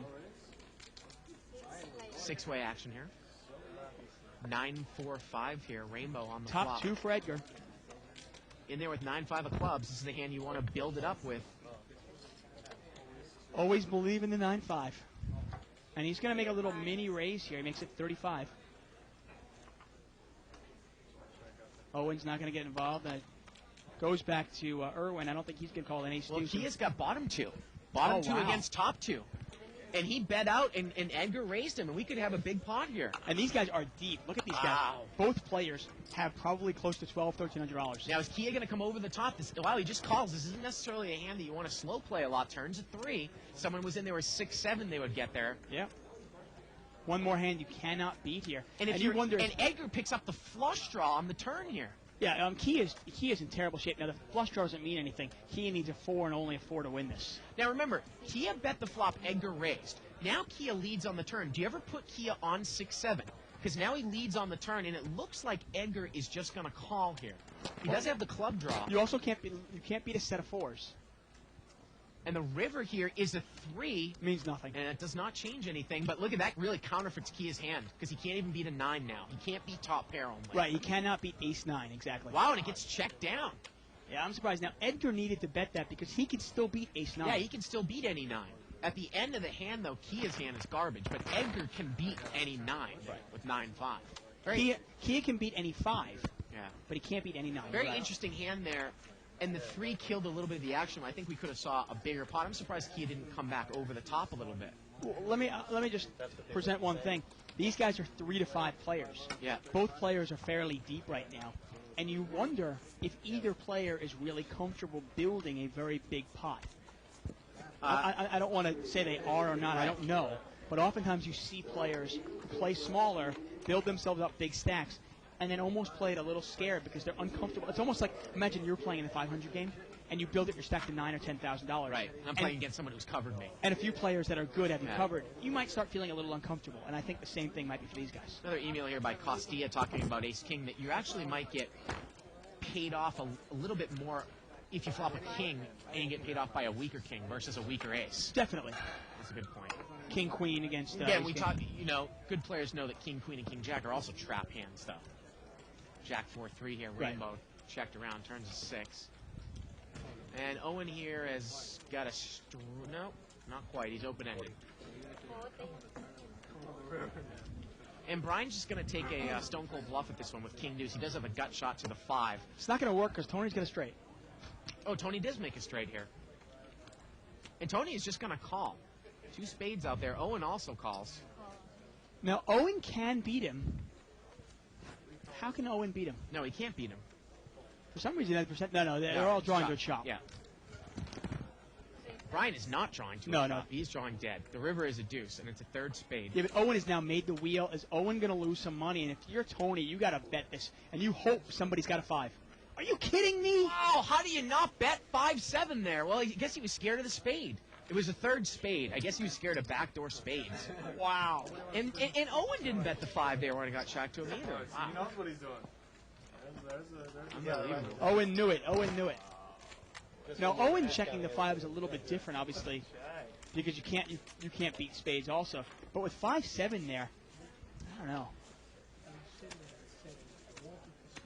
Oh, look at this. Dr. Allen has posted here on 2+2 saying that I don't actually watch the show from my car. I'm just listening to it. I'd probably be dead if I was watching the show. Well, that's good to know. You're a nice guy, Dr. Allen. I don't want to see you dead. Well, it was a runner spade. I don't know if anybody would. Says I'll have to come collect this week, even out my loss. Look at a his little. 2+2 handle. Bone dock. Of course, he is an orthopedic. Well, it's his first post. No, but what I'm saying is that he's an orthopedic surgeon. Right, So it makes sense. Bone doc. Yeah. Yeah. I don't know if anyone picked that out. I don't know Well, you if they didn't, you pointed it out. I did. I didn't. Very, pick it very up. clever handle, Dr. Allen.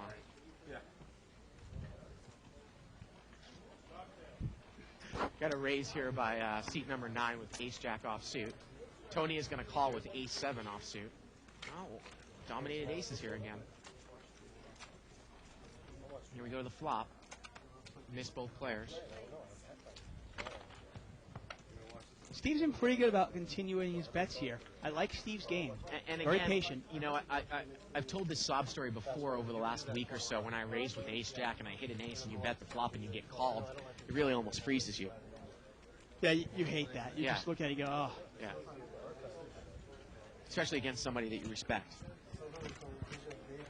It puts you in a tough spot because there's a good chance you're behind to ace-queen or ace-king. Now, on a board like that, obviously, somebody could have diamonds or straight draw. Bicycle. Button's going to move over here to seat number 3. And this is going to be the last hand of the night. Well, that night didn't go. That went by pretty quickly. Yeah, it was a great night of poker. You know, it's funny. Sometimes the bigger games aren't necessarily the most entertaining. But this one was somewhat entertaining. It was. We probably will do this game again tomorrow. Either this or maybe 500. You wonder if yeah, right. You wonder if Gus, you know, we talked some shit about Gus last week. Kind of scratching our heads. We were kind of like, the more and more we watch him, the more and more we don't understand what he does at the table. We're friends with him. It's not like we're, it's not like we're picking on some guy. Irwin's going to raise it up here with Ace Jack suited. And we're going to see another one. Old Live at the Bike rule, one more. That's right, this will be the last game. And don't forget to check out our website. Go to www.liveatthebike.com. Check out the video blog. It's up now. Yeah, we got a whole bunch of stuff you can check out there.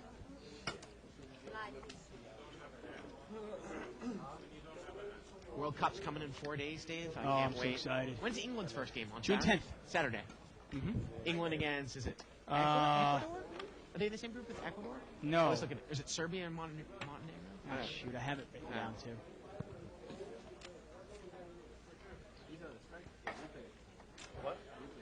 No, they're not in the group. They actually have a pretty weak group. Yeah, they're a weak group. They have a weak group. They're a favorite to come out of the group.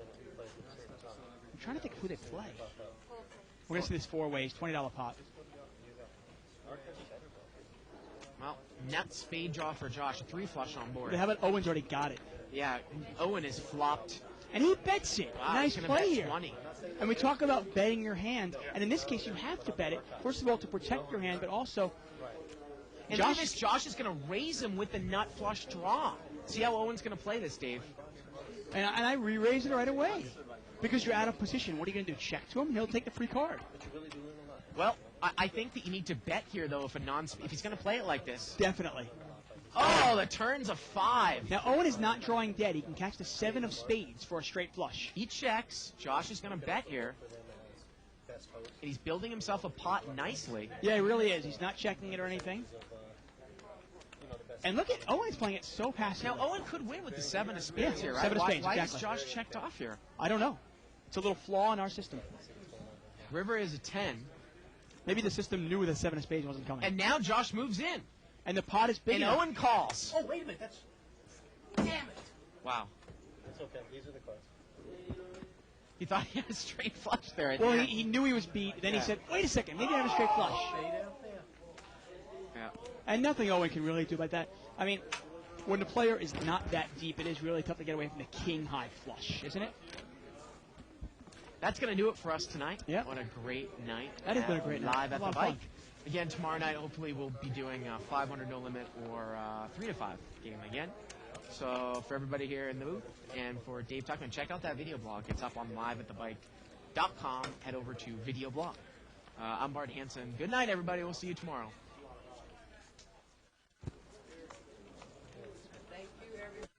It's here. It's big. And it's closer than you think. It's not a tournament. It's what you don't see on TV. The cash is real. The stakes are high. They bet big. They win big. They lose big. High stakes live action poker. Live at the Bike. Watch it live on the web or play it if you dare at the Bicycle Casino right here in Los Angeles.